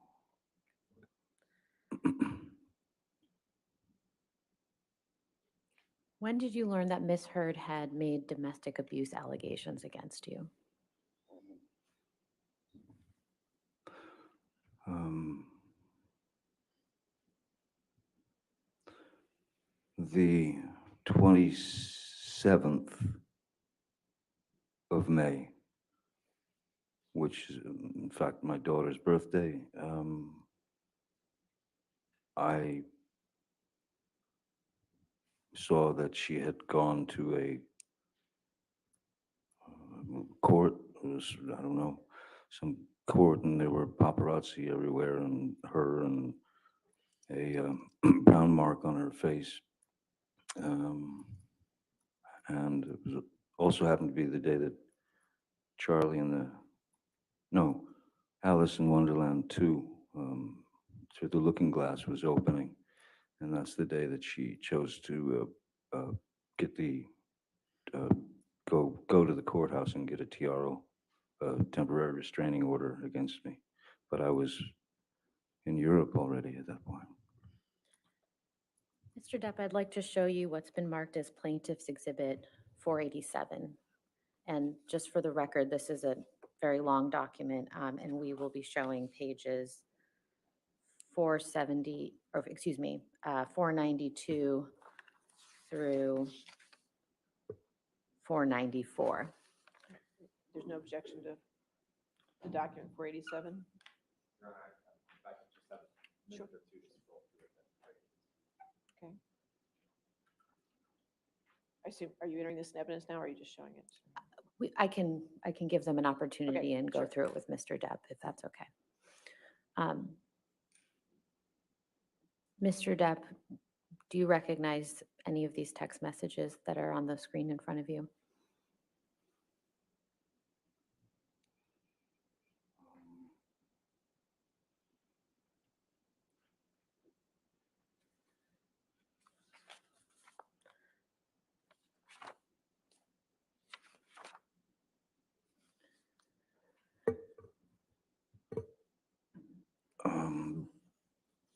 Vague memory of these. And who were these communications between? It looks like myself it's me in the green, and Ms. Hurd's words in the blue. And do your communications reflect that Ms. Hurd understands that you're in New York? I'm sorry. What is the date of your text messages here on this page? That's the 23rd of May, 2016. And hers are the 24th of May, 2016. And based off of these communications, does this refresh your recollection that Ms. Hurd knew that you were in New York on this date?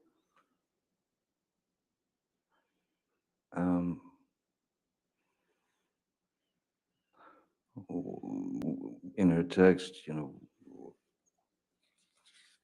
when do you leave? What was clear that I was leaving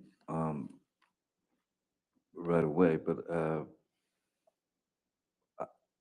I'm not sure that I wasn't already, because I wasn't in New York City. We weren't playing New York City. We were playing.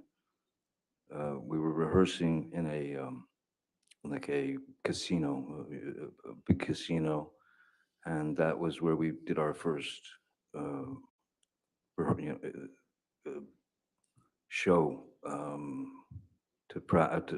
first show to practice for the tour, the European tour. So I don't know if I was either leaving for New York, but I think I was already there, because New York City,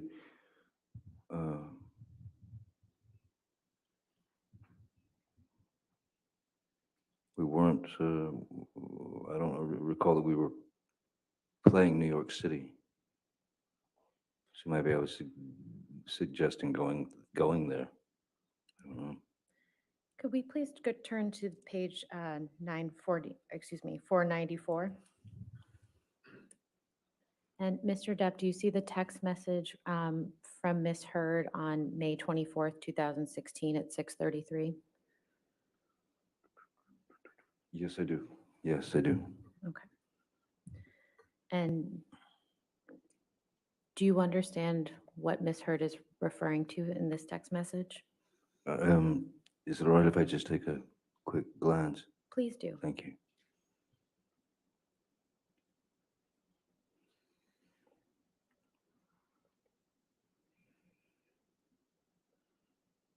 Thank you. That's better. Oh.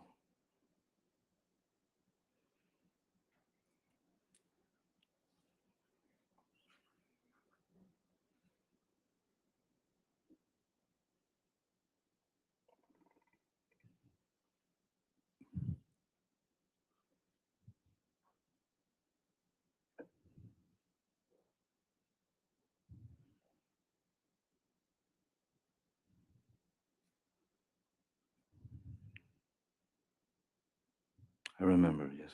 I recall this. And what do you recall about this? That it made no sense to me.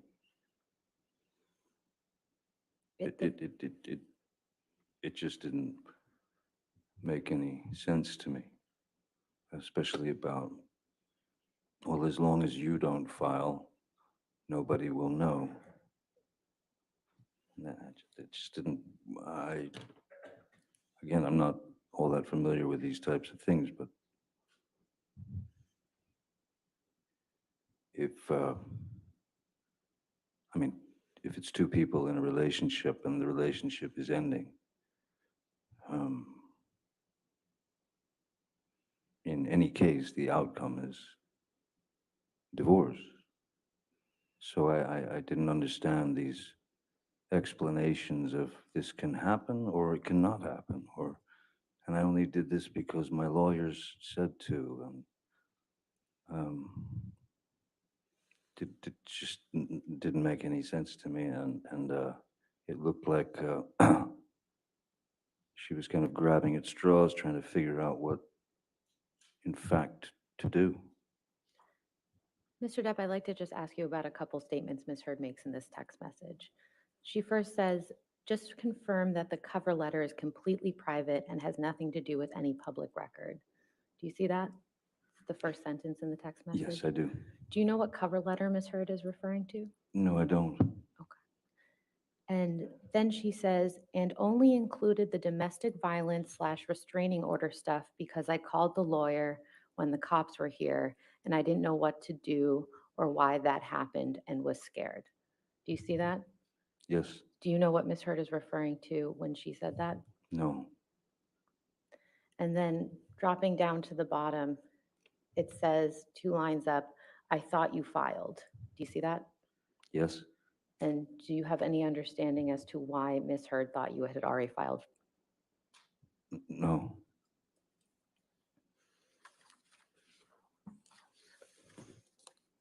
I had on the night of the 20th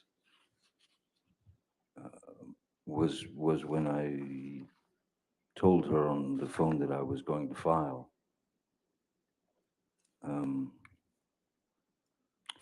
For divorce, and in the way that I had explained it, to keep everything nice and calm and even. But on the 23rd, Chief filed, and so I hadn't had a chance to file. Your Honor, I would move Plaintiff's Exhibit 487. Yes, 58 is specifically the correct. portions from page 492 to 494 into evidence. So you just want page 492 to 494?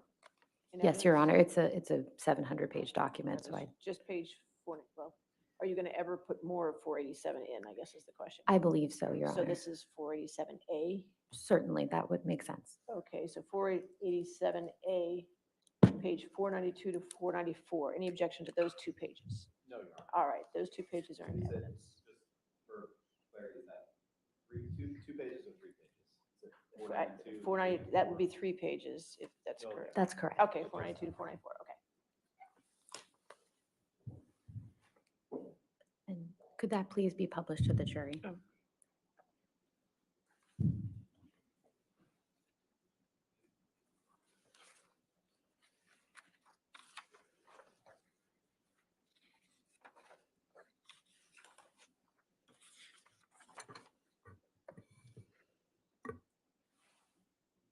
Mr. Depp, Ms. Hurd did end up seeking a temporary restraining order against you, correct?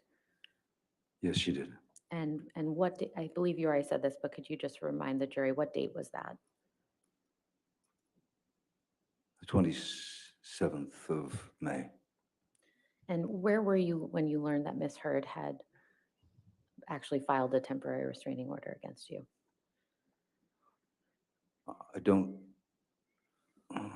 I don't recall if we had left for Europe as yet. That is the Hollywood Vampires for the tour. So I was either in New York State rehearsing and preparing to go to Europe, or I was already in Europe. I'd have to check the the tour dates. Did you find out on the 27th or shortly thereafter? No, I found out on the 27th. It was everywhere. And what do you mean when you say it was everywhere? It was multiplying and multiplying and multiplying throughout media, throughout social media, throughout so-called sort of straight media or whatever. And I was taken aback a bit. If we could take this down and please pull up Plaintiff's Exhibit 411.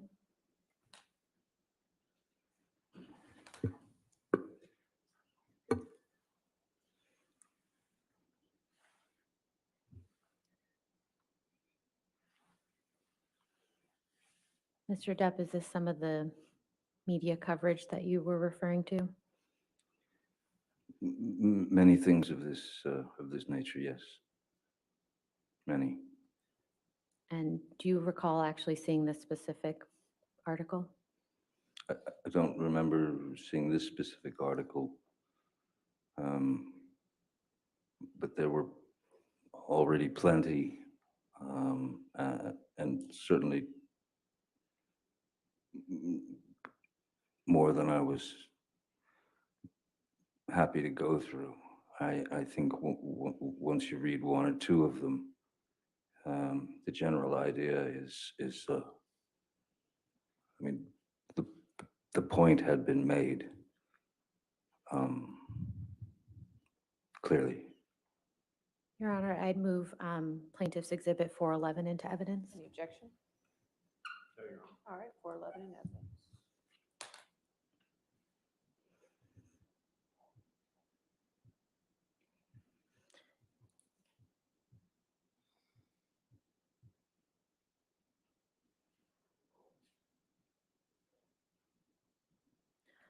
Could we please take this down and pull up Plaintiff's Exhibit 414?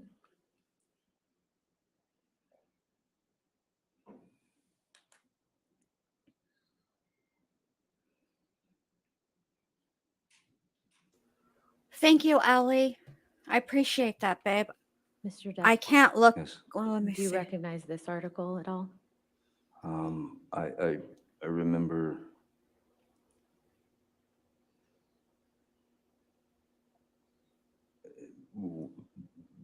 yeah, I don't know if it was this one in particular, but I do remember seeing all the various reasons behind her reasons behind her needing to get a temporary restraining order, a TRO against me, which they just started to metastasize into these. There were abuse allegations, then there was alcohol, and there was drugs and violence. And No, babe. I it just, appreciate your work. it was, already My phone is on the charger, right then and there. and I don't want to. before But my I eyes want to spinning out of download it for the control. computer, And not there the was not a word that I could say. not on my phone. Your And I Honor, don't would want to move open Plaintiff's up Exhibit another 4 tab because I'm 14 afraid into of evidence. the I'm afraid it'll mess up the stream. But I will definitely look at it, and I really appreciate you're doing this work. And And if we we will could take this definitely down show it. now, please, Absolutely. and put up Plaintiff's Exhibit 409. I don't know if I'm going to be able to. I think I should be able to make it to go live tonight. I'm tired, but I think I can make it. And we could do it then. I just appreciate everything you've done. You've helped so much. You and Schmid, I appreciate it so much. And Your Honor, if I could move Plaintiff's Exhibit 409 into evidence as well. Any objection with 409? No objection. All right, 409 in evidence. Thank you. Mr. Depp, do you recall seeing this People magazine article? Yes, I do. And when did you see it?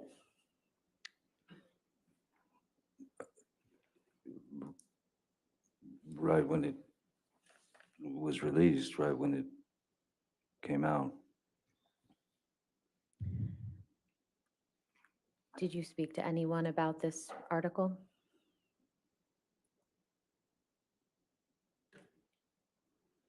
Yes, I did. Who did you speak to?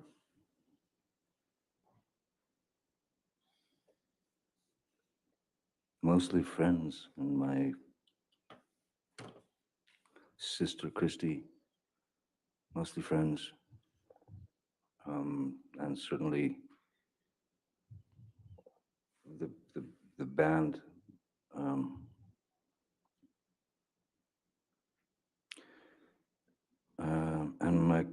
And my kids. I had to alert them that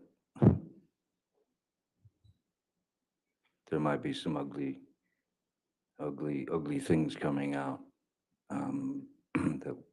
that were most assuredly going to put me in the position of some violent, drug-addled, alcoholic, you know, just reprobate. And I wanted to warn them before they were approached with the People magazine cover in school by other kids. You know, I wanted to be able to explain to them that this was going to be visible, and it's going to be everywhere. And I apologize to them that this was happening. Had you ever been accused of physically abusing a woman before this point? No. Can you imagine having to tell your kids that? Like, it's one thing to tell How your would you kids that you describe guys are the getting a impact of divorce, these right? allegations at the time they were But made? then to have to Your Honor, would you say, please take this down. you know, this is what she's about to, you know, that these are what's coming out. Like, I I don't felt know. ill. I felt sick. I mean, I sick in the sense that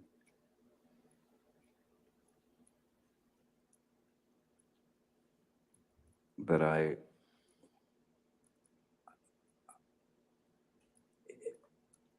there was no truth in it. There was no truth in it whatsoever. And the fact that it was coming down on me so hard and so quickly, and how it gained momentum around the world.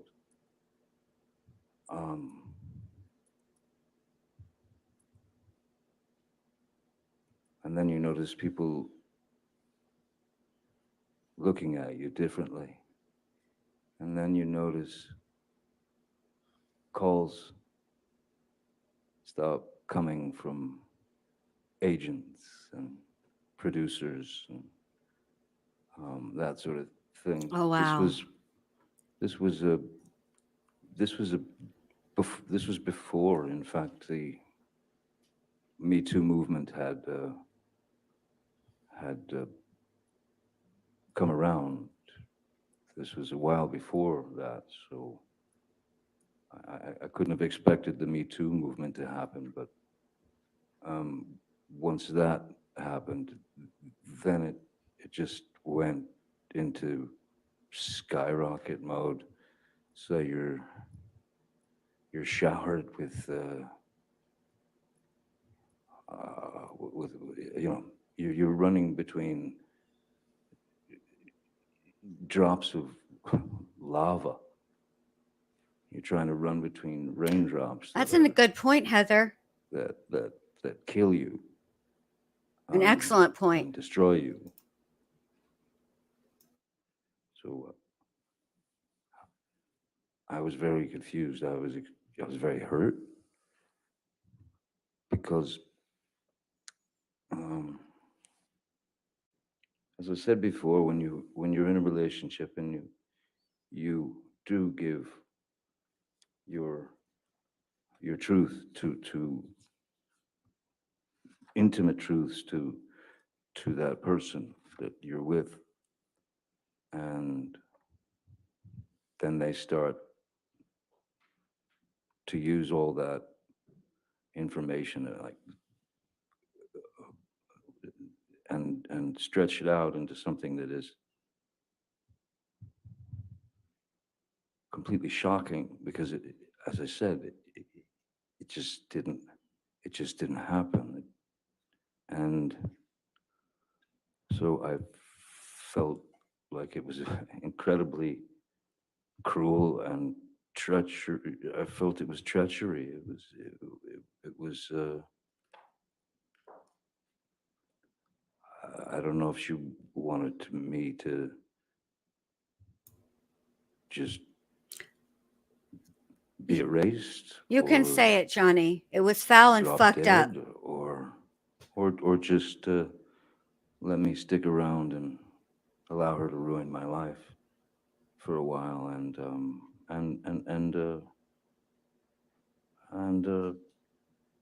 go out of her way to shame me and hurt my kids and hurt people who I've known for many, many years. Right? You Because know, let's it be was, honest. Vanessa didn't do, but I mean, to he say that it was cheated on her with Vanessa for all unfair intents and is purposes. about the largest Or understatement that he I. cheated on Vanessa with Amber, sorry. And It's actually the Vanessa didn't smallest do anything understatement. I like mean, this. It controlled my every waking second, from the moment that I woke up until the moment that I dropped, even on the road playing shows. You'd go out and you'd play for an hour and a half or 2 hours, and you'd do your best to get through that. And I can remember getting off of finishing the show, getting on the bus with the other band members, and just going to the back of the bus and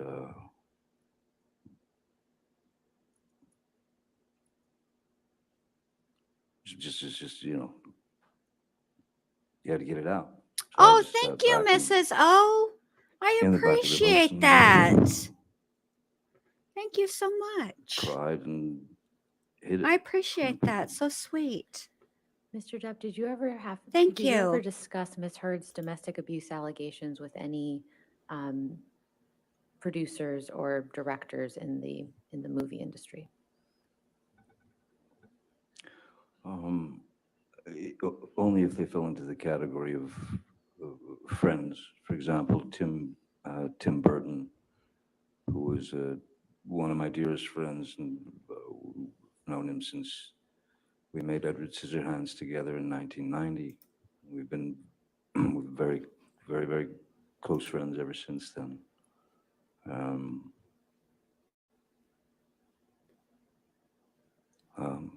Yeah, just friends, you know. I mean, those are his friends. That's who he hangs out with. I think and then, they'll try of to course, spin that into something. as we were on the road, you know, the fellas in the band, you know, Alice Cooper is the singer of the Vampires, who's a dear friend, and Joe Perry from Aerosmith is in the band, and he's also a dear friend. And then a couple of the other members are just yeah, very close friends. Oh, And, it is 420 on 420. I was bereft of any. You just don't know what to say anymore. You just know what to. So I tried not to talk about it very much at all. But just to friends. Mr. Depp, when did you and Miss Hurd divorce? When was the divorce final? He's suing her for 50 The divorce was million. final She's countersuing him for January 100 million. 2017 on Friday the 13th. And how were your divorce proceedings resolved ultimately?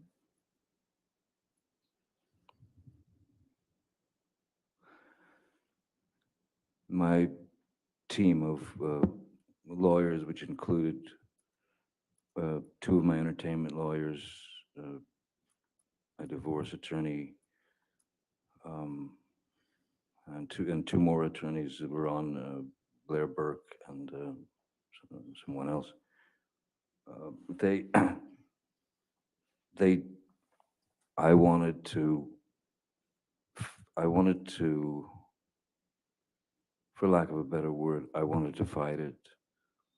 I wanted to fight it because it was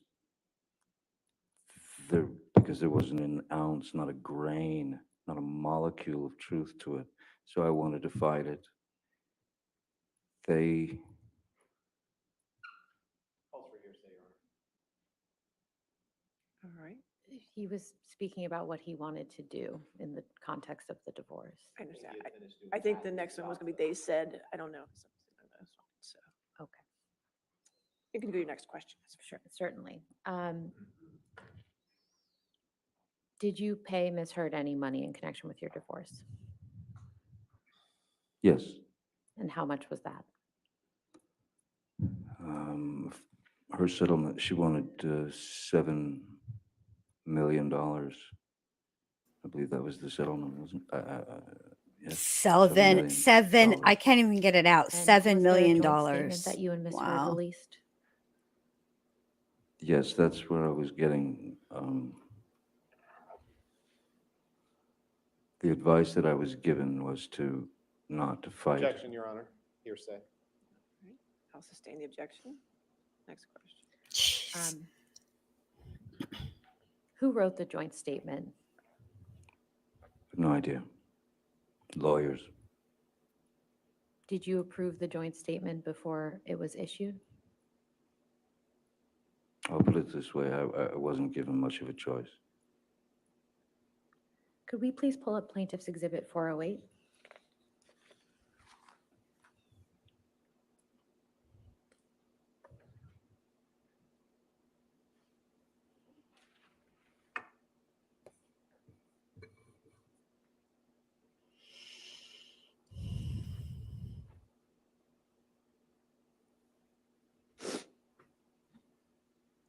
And Mr. Depp, do you see the second paragraph from the bottom of this page?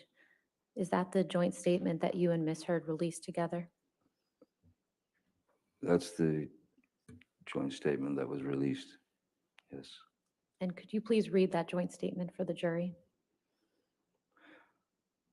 Our relationship was intensely passionate and at times volatile, but always bound by love.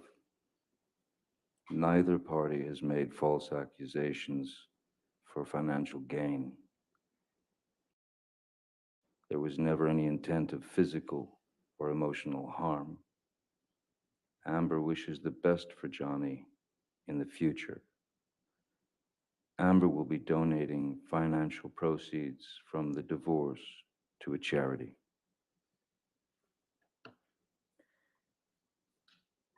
What happened after this joint statement was issued, Mr. Depp?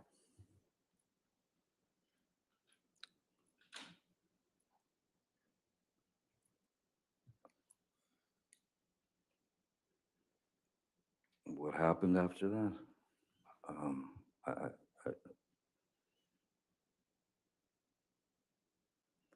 I, I, I, I suppose, the next move was to start making payments to Ms. Hurd. There were scheduled payments. And then at a certain point, Ms. Hurd had made statements to the press saying that the 7 million was going to be, the 7 million was the settlement, and that 7 million was going to be split up between two charities. One was the ACLU, and the other was the Children's Hospital of Los Angeles, which in fact was a breach of the agreement. Neither one of us were supposed to speak about details, money, anything of that nature. So when Ms. Hurd breached that agreement, that was when I asked Ed White, my business manager, to send the first payments directly to the charities in Ms. Hurd's name.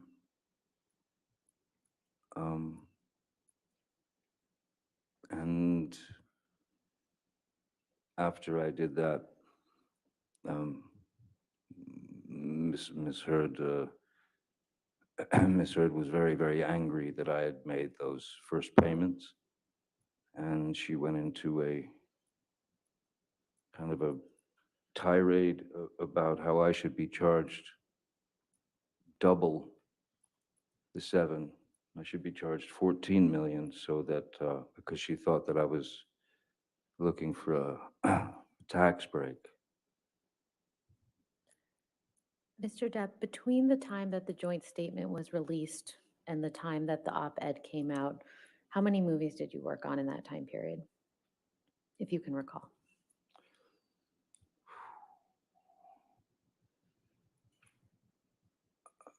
Uh,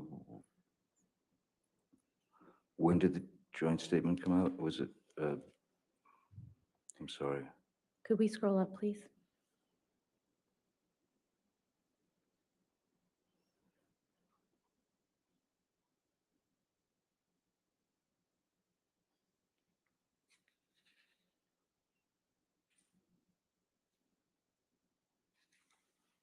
I'll withdraw the question for the moment. In the time leading from the divorce through the, in the time period between when your divorce was finalized and the release of the op-ed in December 2018, do you have an estimate as to how many television or movie projects you worked on?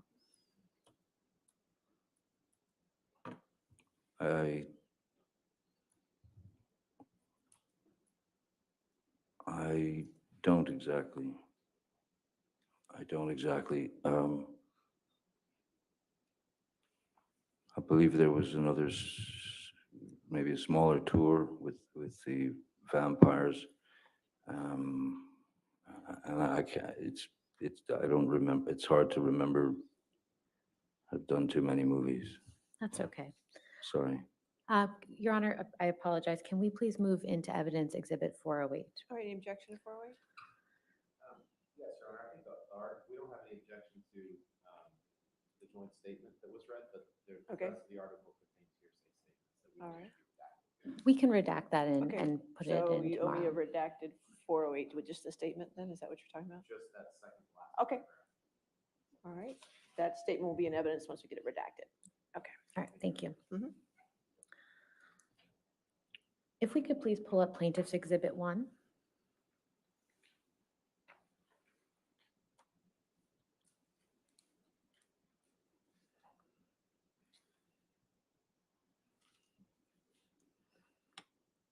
Mr. Depp, do you recognize this document? Excuse me. Yes, I do. And what is it? This is Ms. Hurd's op-ed for the Washington Post that I believe came out in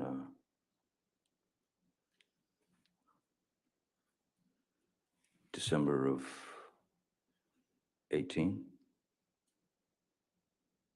I recognize, yes, I certainly remember this. And have you actually read this op-ed? Yes, I have. And what do you think of it, its contents?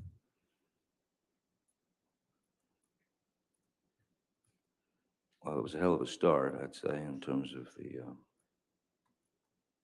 title. If you could, can we scroll down a little bit, just for a second?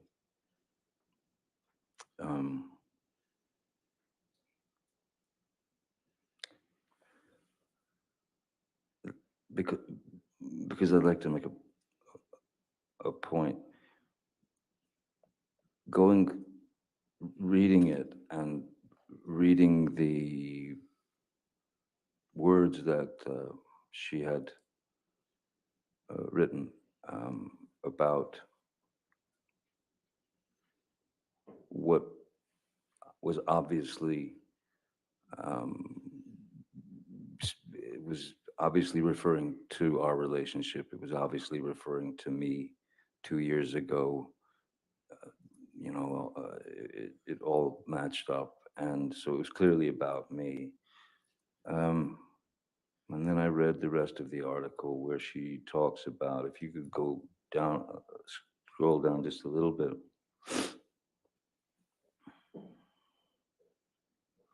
After the imagine a powerful man as a ship. Because she goes into,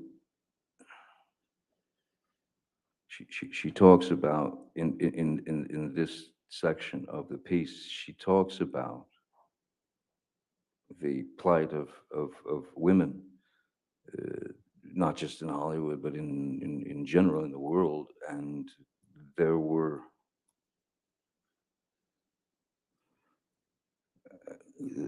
many things that I did not disagree with in terms of this part of the article.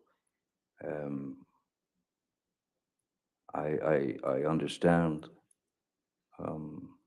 anyone's passion to right the wrongs that have been done for countless years against any being who's suffered at the hands of domestic violence, be it women, men, children. That's something, of course, coming from my background, that I am very, very against any bullying of any human being, any forced violence, any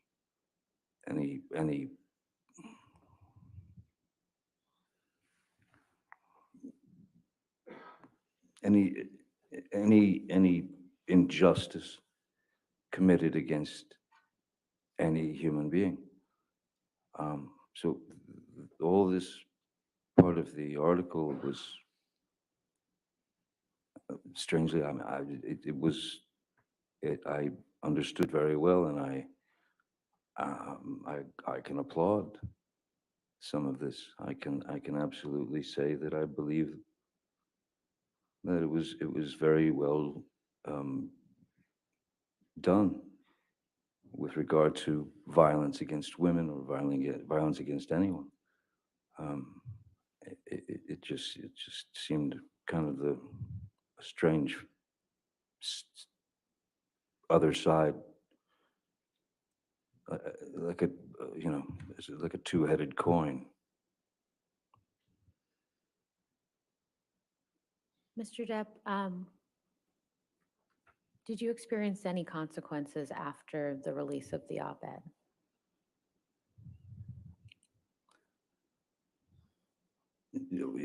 Absolutely. And what were Yes. those? Oh, well, I believe it was. I don't think it took Disney very long, maybe a couple of days, to announce that I had been removed from the Pirates of the Caribbean films franchise, which I learned about reading in reading one of these type of some magazine, the article where Sean Bailey was quoted, which was very odd to me, as I have had many creative conversations with the Disney people, even to the point of where they were asking me to come back and write Pirates. No. Sorry. What Disney executives told him is hearsay. We can move You on. you Your wanna, if you wanna, just restructure. So, this. I see. Go ahead. But, so I can read it out of someone's article, but not from the man's mouth. Is that what happens? Next question. Mr. Depp, what to your understanding is the status of Pirates 6? At this point, Yes. I believe it's in dangle mode. Mr. Depp, have you ever physically assaulted Miss Hurd? Never, Have you ever sexually assaulted Miss Hurd? never, certainly not. What have you lost as a result of Miss Hurd making these allegations against you?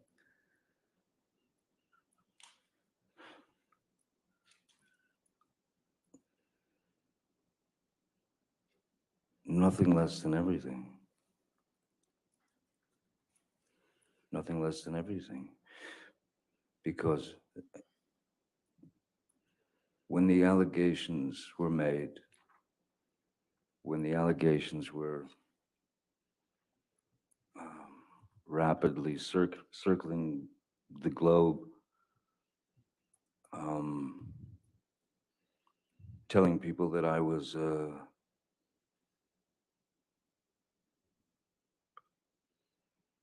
drunken, cocaine-fueled menace who beat women suddenly in my 50s. She is trying to have this It's over. sad face, and it's You not know, you're done. working. So, what did it do to me? What effect did it have on me?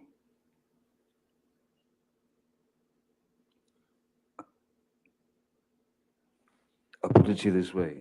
No matter the outcome of this trial, the second the allegations were made against me, the accusations, the second that more and more of these things, as I said, metastasized and turned into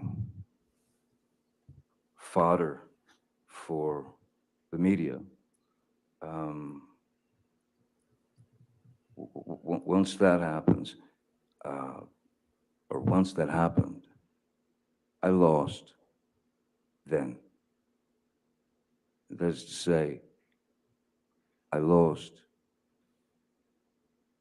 because that is not a thing that anyone is gonna just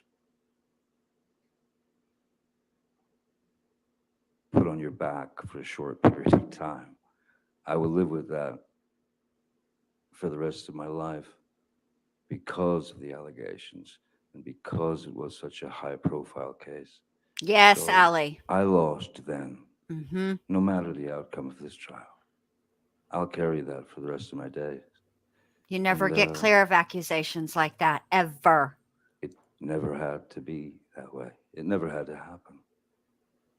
And I don't quite understand why it did in the way that it did. I just want to cuddle him I and have bring no him further questions, Your Honor. snacks. All right. I think it's, I assume you'd rather start tomorrow morning, is that correct? I'm perfectly happy to start now, Your Honor, or tomorrow morning, whatever you want. Oh, come on. Don't Why start. don't we go ahead and start a little bit today, What? because There's only like, time is not on our side, okay? what do you mean time is not on your side? You know Dr. something I don't know? Here we go, y'all. But low key, I do want to cuddle him and feed him snacks. I'm not really a fan of feet. I don't know about taking the boots off, but we can negotiate, I'm sure. He doesn't seem to need or require that. He was just nice. It was nice that she Good did afternoon, it. Mr. Depp. Told Good y'all. afternoon, Mr. Roddenborn. I'm happy that in the last little bit, we've gotten to the reason why we're here, and I'd like to start with that.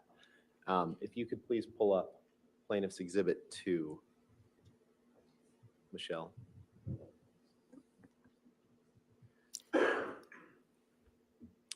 Next page. Your Honor, I believe this is either in evidence or has been stipulated as part of the opening. I assume no objection to two. No objection, Your Honor. Okay. Permission to publish? Yes, sir.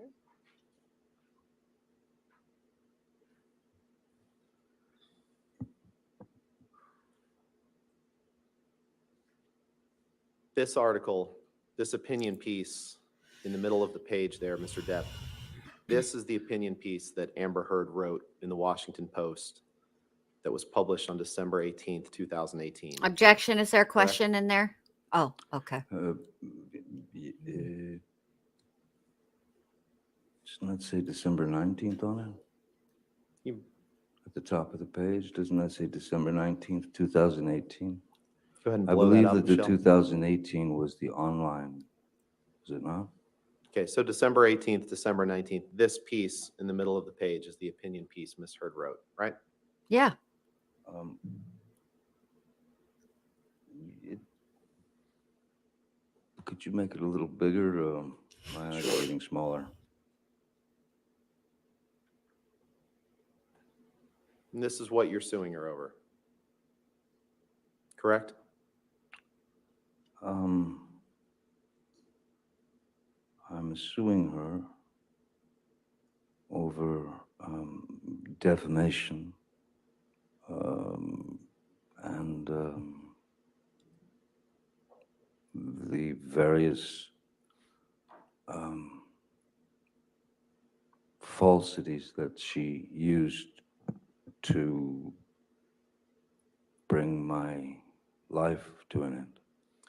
And you understand, Mr. Many Depp, things. you understand, Mr. Depp, that you cannot, you are not suing her for any damage, alleged damage, or any accusations she made prior to writing this article. Hey, Jody You're, is you're aware cool. of that. You'd agree with that, right? Hey, True Psych Ward. What? Could you Did say he? that again, Yeah, I'm confused too, Mr. Johnny. Roddenborn? You are not bringing a lawsuit against her, bringing her into court in Virginia for anything that she did prior to writing this article, correct? You know that you can't do that, right? I have to say that I, as I said at the top of this, I've never seen this version of the op-ed piece. The version that I saw was the other one that I identified that was on the 18th. This is on the 19th. I believe the 18th And was 2 years quite before, possibly, sorry, was quite possibly, maybe that was the online version that came out first. 2 years So, before there's a either the very online or the different- print. I'm sorry, I was just No, going I to think, finish I my think you answered answer. my question, sir. Thank you. Oh. 2 years before the online and the print version came out, Mhm. in 2016, Amber obtained a domestic violence restraining order against you from a California court, correct? Yes, sir. And in obtaining that domestic violence restraining order in May 2016, she accused you of domestic abuse, right? Yes, sir. And Michelle, if you could blow up the third paragraph down, please. You should really keep reiterating the 2-year mark, particularly when it's referenced in the And in the opinion op-ed piece article. that's before you, published in the Washington Post, she wrote, "Then 2 years ago, I became a public figure representing domestic abuse," correct? That's what she I wrote. can't say correct. She wrote it. And the Or piece somebody did. doesn't contain your name, correct?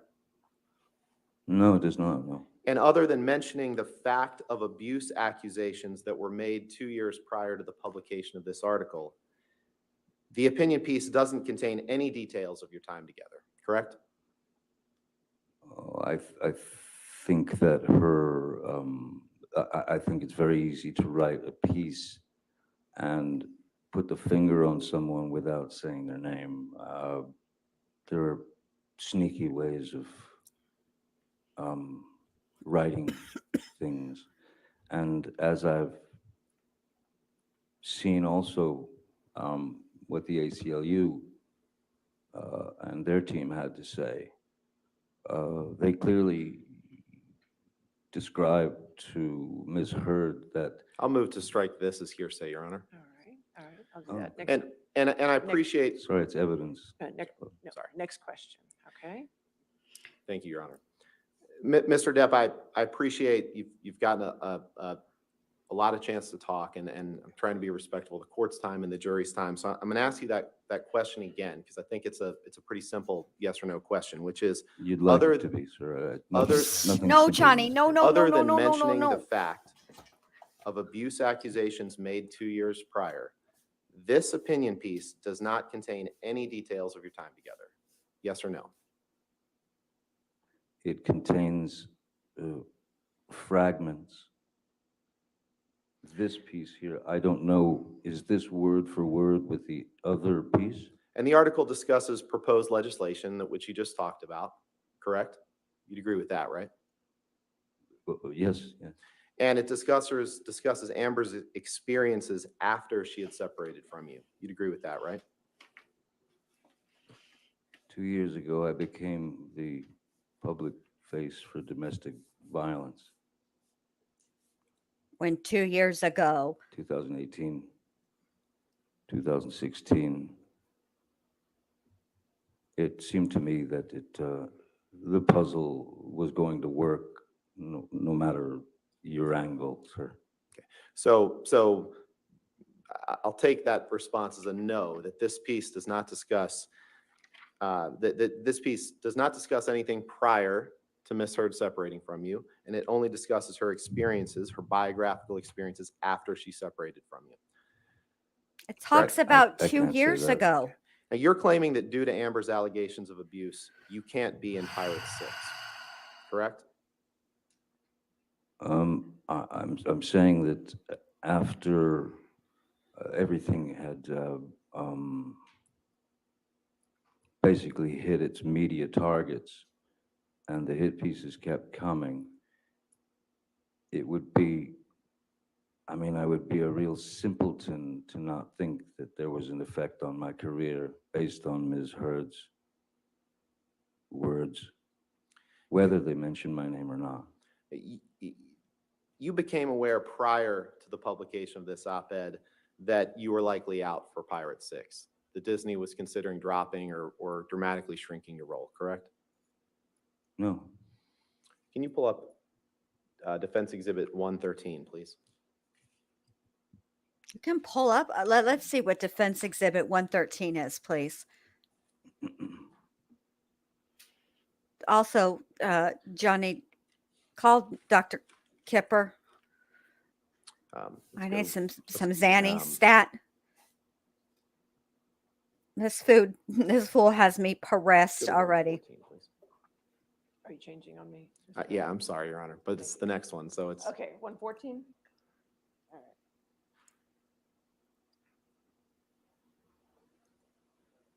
right. Sorry, one more. Let's 115, please. Oh, for Pete's sake, get it together, homeboy. You've had all the time in the world to plan for this. Johnny's been testifying for 77 years.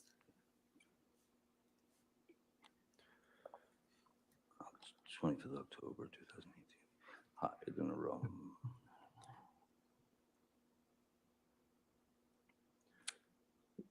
Mr. Depp, do you see? Personal dramas, yes. Sorry, Do you have the questions? Right now? I did. I was just giving him time to read.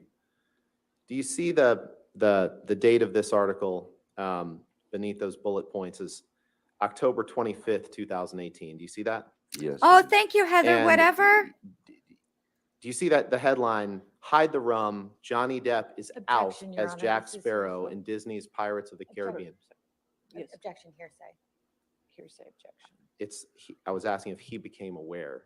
I'm not offering an article for the truth. This It's is his an awareness. article from the Daily Mail, Your Honor. Right. I'm asking if his awareness that he was likely I'll out. allow that question. Thank you.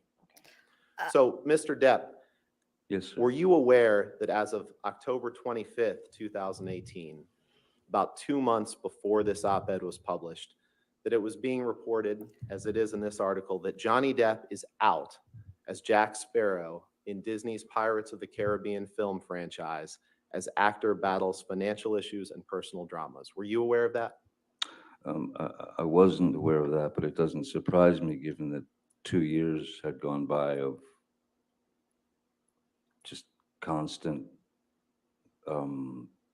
worldwide talk about me being this wife beater. Understood, but you, So I'm sure that Disney was trying to cut ties to be safe. The Me Too movement was in full swing at that point. right, and to the extent they were trying to cut ties to be safe, that was as long as 2 months before you wrote the op-ed. Objection calls for speculation. Well, he didn't write the I'll allow you op-ed. to answer it. I'm sorry, the question? To the extent that Disney was trying to cut ties with you, as you say, to be safe, that Mhm. was as much as 2 months prior to you publish, or to Ms. Hurd publishing the op-ed in the Washington Post, correct? Objection, lack of foundation. I'll allow it if you can answer it. October is 2 months before December. That's correct. But it's odd that they were going to release me from my role as Captain Jack Sparrow, but yet kept me on every ride across the world. In the Pirates of the Caribbean rides, I'm in the Los Angeles or the Hollywood one or whatever it is, 3 or 4 times.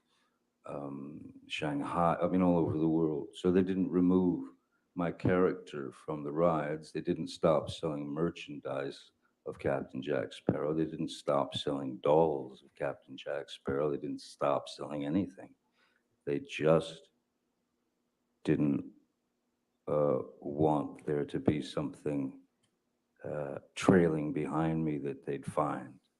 And you aren't aware, you said Pirate 6 in your view is dangling. You're not aware of if or when Pirate 6 will be made, correct? No, sir. That's what And the fact dangling is, means. Mr. Depp, if Disney came to you with $300 million and 1 million alpacas, nothing on this earth would get you to go back and work with Disney on a Pirates of the Caribbean film, That correct? is true, Mr. Rottenborn. And you couldn't identify a single movie that you did between the divorce and the op-ed in response to Ms. Meyer's questions just now. You said there was a small tour of your band between that, but you couldn't identify a single movie that you did in the year or two prior to the op-ed, correct? I have to tell you that when I'm working on a film, I do my work, and when I'm wrapped on that film, I've done my work, and I move on to the next. So I haven't seen the majority of my films. I've seen a few only if I had to, but so it doesn't come right away to my head. Films are not the first thing that I think about. And you spent a long time talking about Oh, impact Heather, of whatever. the abuse That's right, Johnny. allegations made in Ms. Hurd's obtaining the temporary restraining order or the domestic violence restraining order in May 2016, right? Sure. And you testified that you wanted to fight it, right? But the fact is, you never fought the allegations in court in 2016. It was only after Ms. Hurd published this op-ed in 2018 that you fought them. You never tried to fight them in 2016, did you? I was advised by my attorneys not to fight. In fact, you signed not only we read a statement, but let's pull up. I'm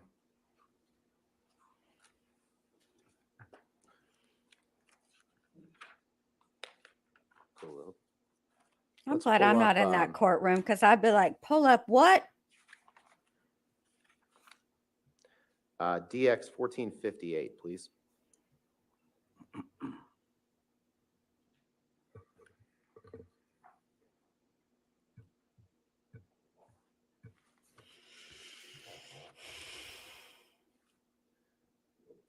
And Mr. Depp, you see that this says marriage of Depp, correct?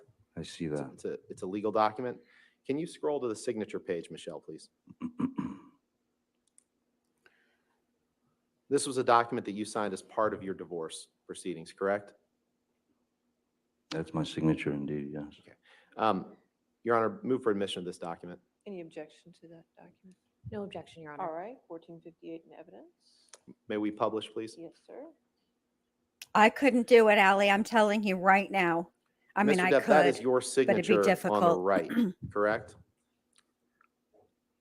Yes, it is. Dated August 15th, 2016, right? That's what it says, yes. And this is this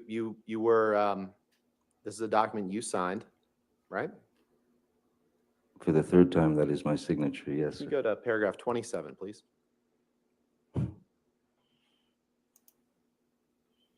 Make your point, counselor. Paragraph? Paragraph 27. Okay. And this paragraph is a joint statement that both sides agreed to release. And if you look in the block quote there, it contains the quote, or it contains the statement, neither party has made false accusations for financial gain. Neither party has made false accusations for financial gain. Did I read that right? You did, Mr. Let me take Rottenborn. that down, Michelle. So can we read the clear meaning of that document, what it does not say? It does not say outright that neither party made false And that was a document allegations. you signed in August of 2016. Just says that no false accusations Is were that made the for same money. one that I signed 3 times before? Yes, Yeah. that's the Well, I fourth. wanted to make clear that you You've signed made it that in clear. the summer of 2016, 2 years before Ms. Hurd published her op-ed. I don't have anything else for the day, Your Honor, Okay, you want to, okay, all right, we'll go ahead and take our evening. if that's okay. That works for me. I was going to stop you at 5 o'clock anyway, so that's fine. All right, ladies and gentlemen, that'll conclude our day-to-day. Again, don't do any outside research. Do not talk to anybody. We'll see you in the morning, okay? All right, have a good evening. Hair down tomorrow, Mr. Depp. Give him your serious face.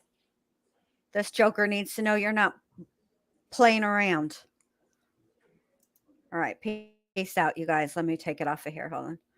All right, so here's the deal. I told you they were going to go low. They went low. And I told you it was going to be the mail. It was the mail. Here's the thing. And I hope they get I hope they are making note of this. So, and I'm sure they are. They're well paid and very smart lawyers. The truth of the matter is that document is very misleading. All right. What he signed was a document stating that neither party made false accusations for money, for financial gain. All right. If you really wanted to get down to brass tacks and you really wanted to make it crystal clear about who did what and who did what and who didn't do something, you would have, it should have read, neither party has made false allegations, full stop, period. You can make false allegations for a myriad of reasons. Amber Heard's maybe she's telling the truth. Perhaps she did not make false allegations for financial gain. Maybe she made false allegations so that Johnny would have a financial loss. So there you have it. And again, correct me if I'm wrong, but was that document signed in 2016 and the article came out in 2018? So at the time when she signed that document, she could have been telling the truth that she didn't make false allegations for financial gain. But then 2 years later, perhaps she did.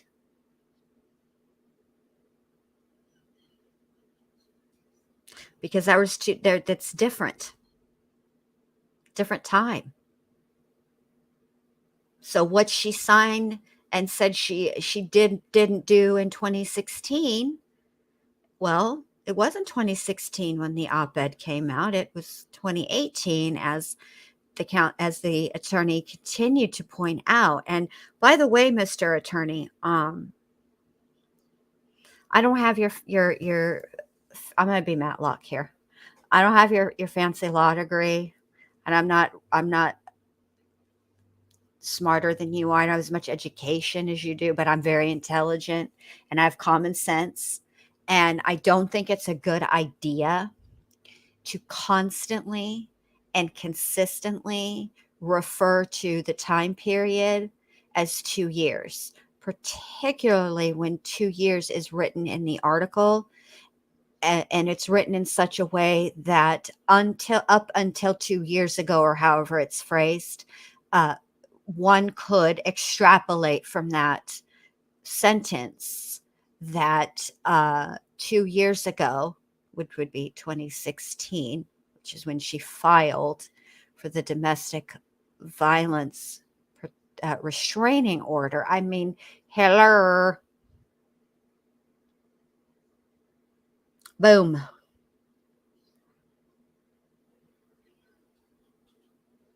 And I would also have on rebuttal. I would like to ask Johnny Depp if his usual communication with Disney pertaining to potential contracts, current contracts, do they communicate through the Daily Mail? Does he get his updates and contracts and contract revisions through the Daily Mail? Is that typically how it's done? Because for me, I would think that if Disney wanted to communicate, letting him go, releasing him, whatever it was, wouldn't they speak to Johnny Depp directly, not through the Daily Mail? So unless Amber Heard's attorneys can bust out a release signed by whoever's in charge of the releases at Disney, contractual releases, letting the firings, if you will, stating when exactly it was that Johnny Depp was let go from the Pirates of the Caribbean film franchise, and for the reasons, maybe they stated reasons, maybe they didn't. I hardly think that a Daily Mail article and asking Johnny Depp if he was aware that of it and what it reads in that article constitutes knowledge of him being released from Disney, for Pete's sake. I mean, that's ludicrous.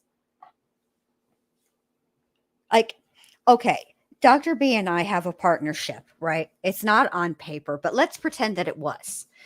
This would be like Dr. B and I working together. We have a fine, great, fan-friggin-tastic relationship. And then here comes Shmita. And Shmita says, Jen Lou pushed me down at the playground and kicked me in my shin. She physically assaulted me. And Shmita then goes around telling everybody on the YouTube streets that I did this.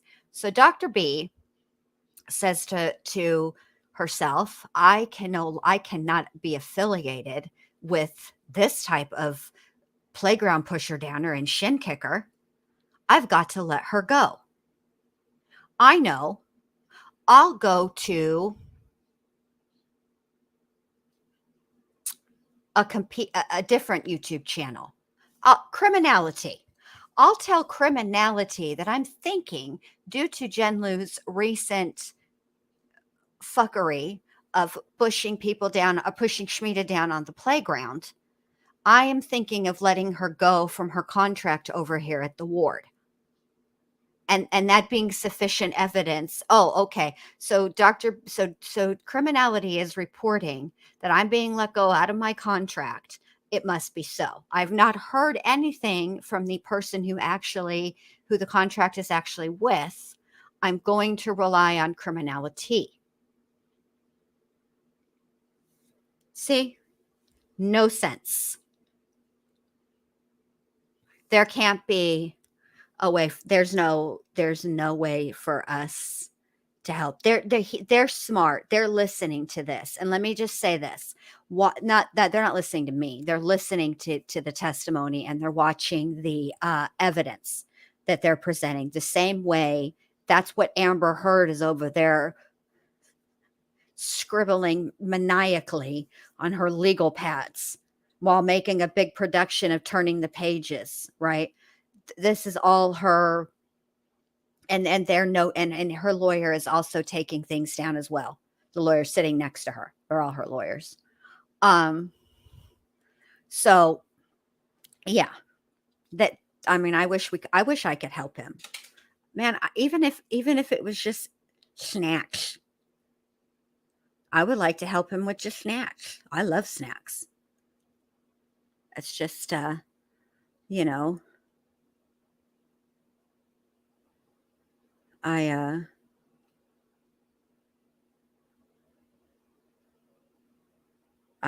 just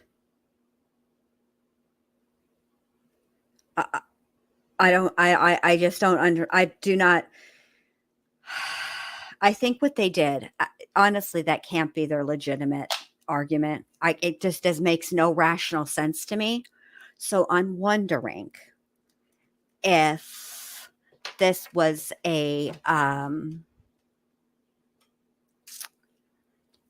like a test to see if they could get him rattled. And they were successful. They did get him rattled a little bit. I mean, but bruh, it's the last 15 minutes of the day. He'd been testifying since 10 o'clock this morning with an hour break. Okay? It's a lot. So I promise you, now they're allowed to talk because he's no longer testifying. He's released. And they're in my opinion, if this is the way they're going to continue to go. Hey, Karen, if this is the tone of the questioning going forward, this is a mistake. Because I know that they are attempting to come across as sticking up for Amber Heard, who is a small fish in a big pond, and Johnny Depp is, you know, he's got connections, he's got money, yada yada yada, right? And then she's up against he's what is this, David and Goliath, right? I guess in this scenario she would be David, right? Goliath is the monster, or the giant. But the tone is going to come across, because that's how it's coming across to me, as adversarial, and it's actually making Depp look reasonable. And Amber Heard hired a pack of hyenas who behave like she does, confrontational, noxious. It's not a good look.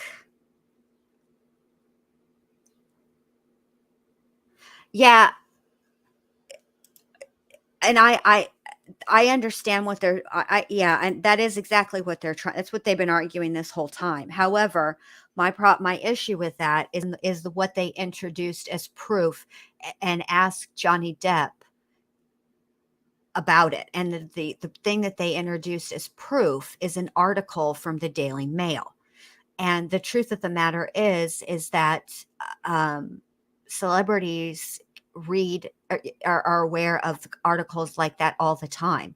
Some of them are completely true. Some of them are 100% false. Some of them have various kernels of truth to them. But that's not the way that Disney would communicate with Depp respective to his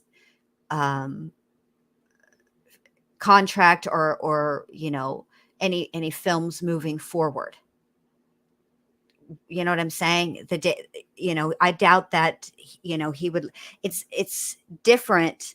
It does make sense that he would read. He would be informed, right? He would hear Amber Depp filed for divorce, right, online. Okay, and then what do? The first thing you do is you take your you run, not even run. You go to your phone or your computer, whatever, and you get on the internets and you look up the court website and you put in the information and you verify. It's the way they went about it, and I just thought it was gross and ridiculous. Even if he doesn't like Disney, that's not the point. It's the way they ask the question and what they're trying to imply. What they're asking him is if here, look at this Daily Mail article. This Daily Mail article came out on this date, way before the op-ed, and it says or reads that you're going to be that Disney's done with your ass. Okay, too long didn't read. That's the version of it, and that doesn't mean anything to him. You know what I'm saying? Because Disney would be communicating with Johnny Depp. It's the article that I have the issue with. Why they were using that as evidence as why Johnny Depp should just know that Disney's done with his ass because the Daily Mail article says so. You know what I mean? That's my problem with it. And they are all related. And the truth of the matter is that her op-ed article is the first time she has, as her own self, not through any of her, as Lord Varys had in Game of Thrones, little spiders or little birds, however you want to, you know, through her agents, as it were, toting tales. This piece came right from her fingertips. That's why he's bringing up, this is concrete proof. Does that make sense? He can't really, any of the other stuff, while he may suspect it came from somebody in Amber Heard's camp, right? That's very difficult to prove. And furthermore, it would be very difficult to prove that Amber Heard herself had anything to do with somebody in her camp, giving a story. But this article, Amber Heard takes credit for right out of her own mouth, out of her own fingertips. And I don't blame Johnny Depp for not wanting to work with Disney at all. I'm going to leave it at that. But yeah. I think that's and the truth of the matter is that it is all connected. And again, you go back to what's specifically written in the op-ed article. And if she had left out the 2 years ago, that probably it would have been very, very difficult for Johnny Depp to be able to connect the dots in a court of law. It's one thing like to know, it's another thing to prove. And I think that it's that specific part, that specific sentence referencing the 2 years is what really connects the dots and makes it more provable on for Johnny Depp, you know. So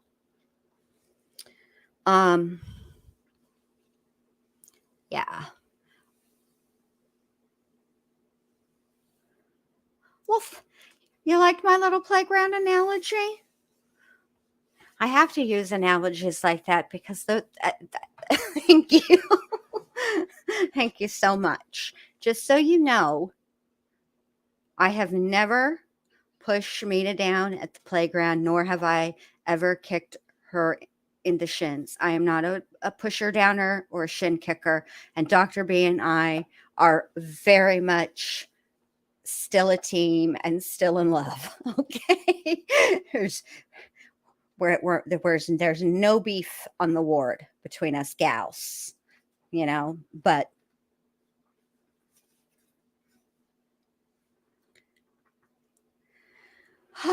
okay, I think I'm a little bit I don't need snacks. I need like I don't know. I need something to wake me up. I'm tired. It's 5:00 now.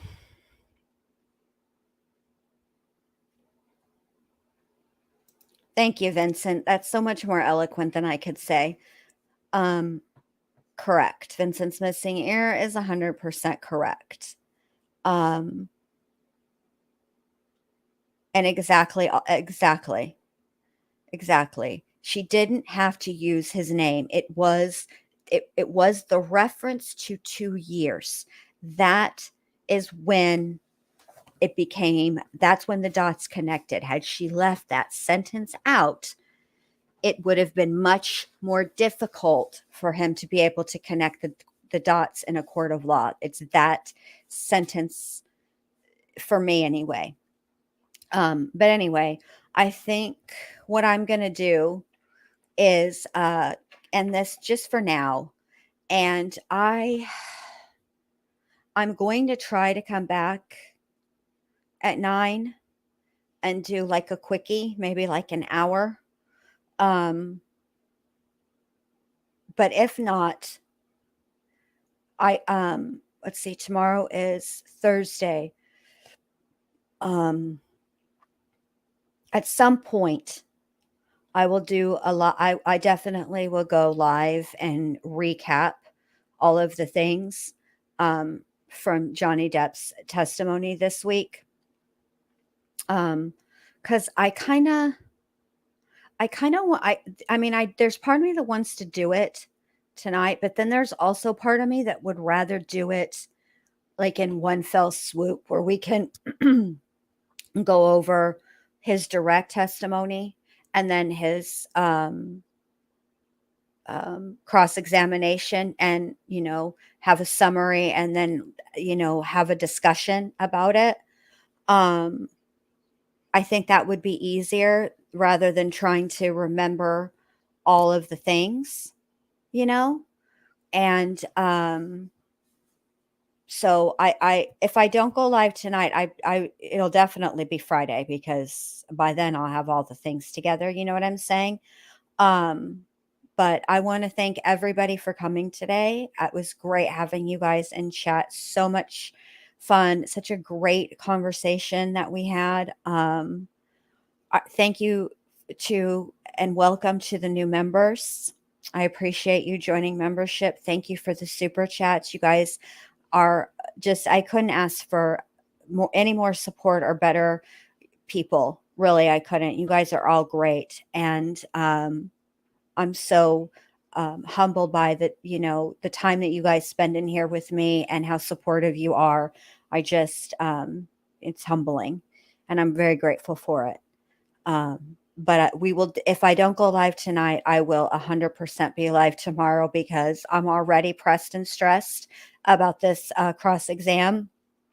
And yeah, I'm going to have to, there's no way I'm not going to, I can't watch it. I have to watch it. And the only people that understand me and my reactions to things and accept it are you guys. So I want to share it with you guys, because I know y'all are going to be there too, wanting to watch too. So I just, I want to thank everybody, and thank you to my mods. You guys are wonderful. You guys are so supportive. I just really appreciate everybody. And special shout out to Ali79 for sending me that timeline, because that's going to be very, very helpful and make it very easy for us to break it down as far as what happened and when it happened, because bless Johnny Depp's sweetheart, his answers, sometimes I would be forgetting, like, what did she even ask? What was he supposed to be asking? Because sometimes I be forgetting what I was even talking about in the first place, like my original point that got me onto stuff.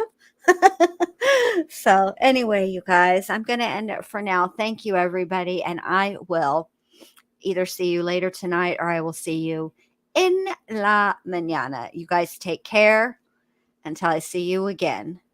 All right. Bye.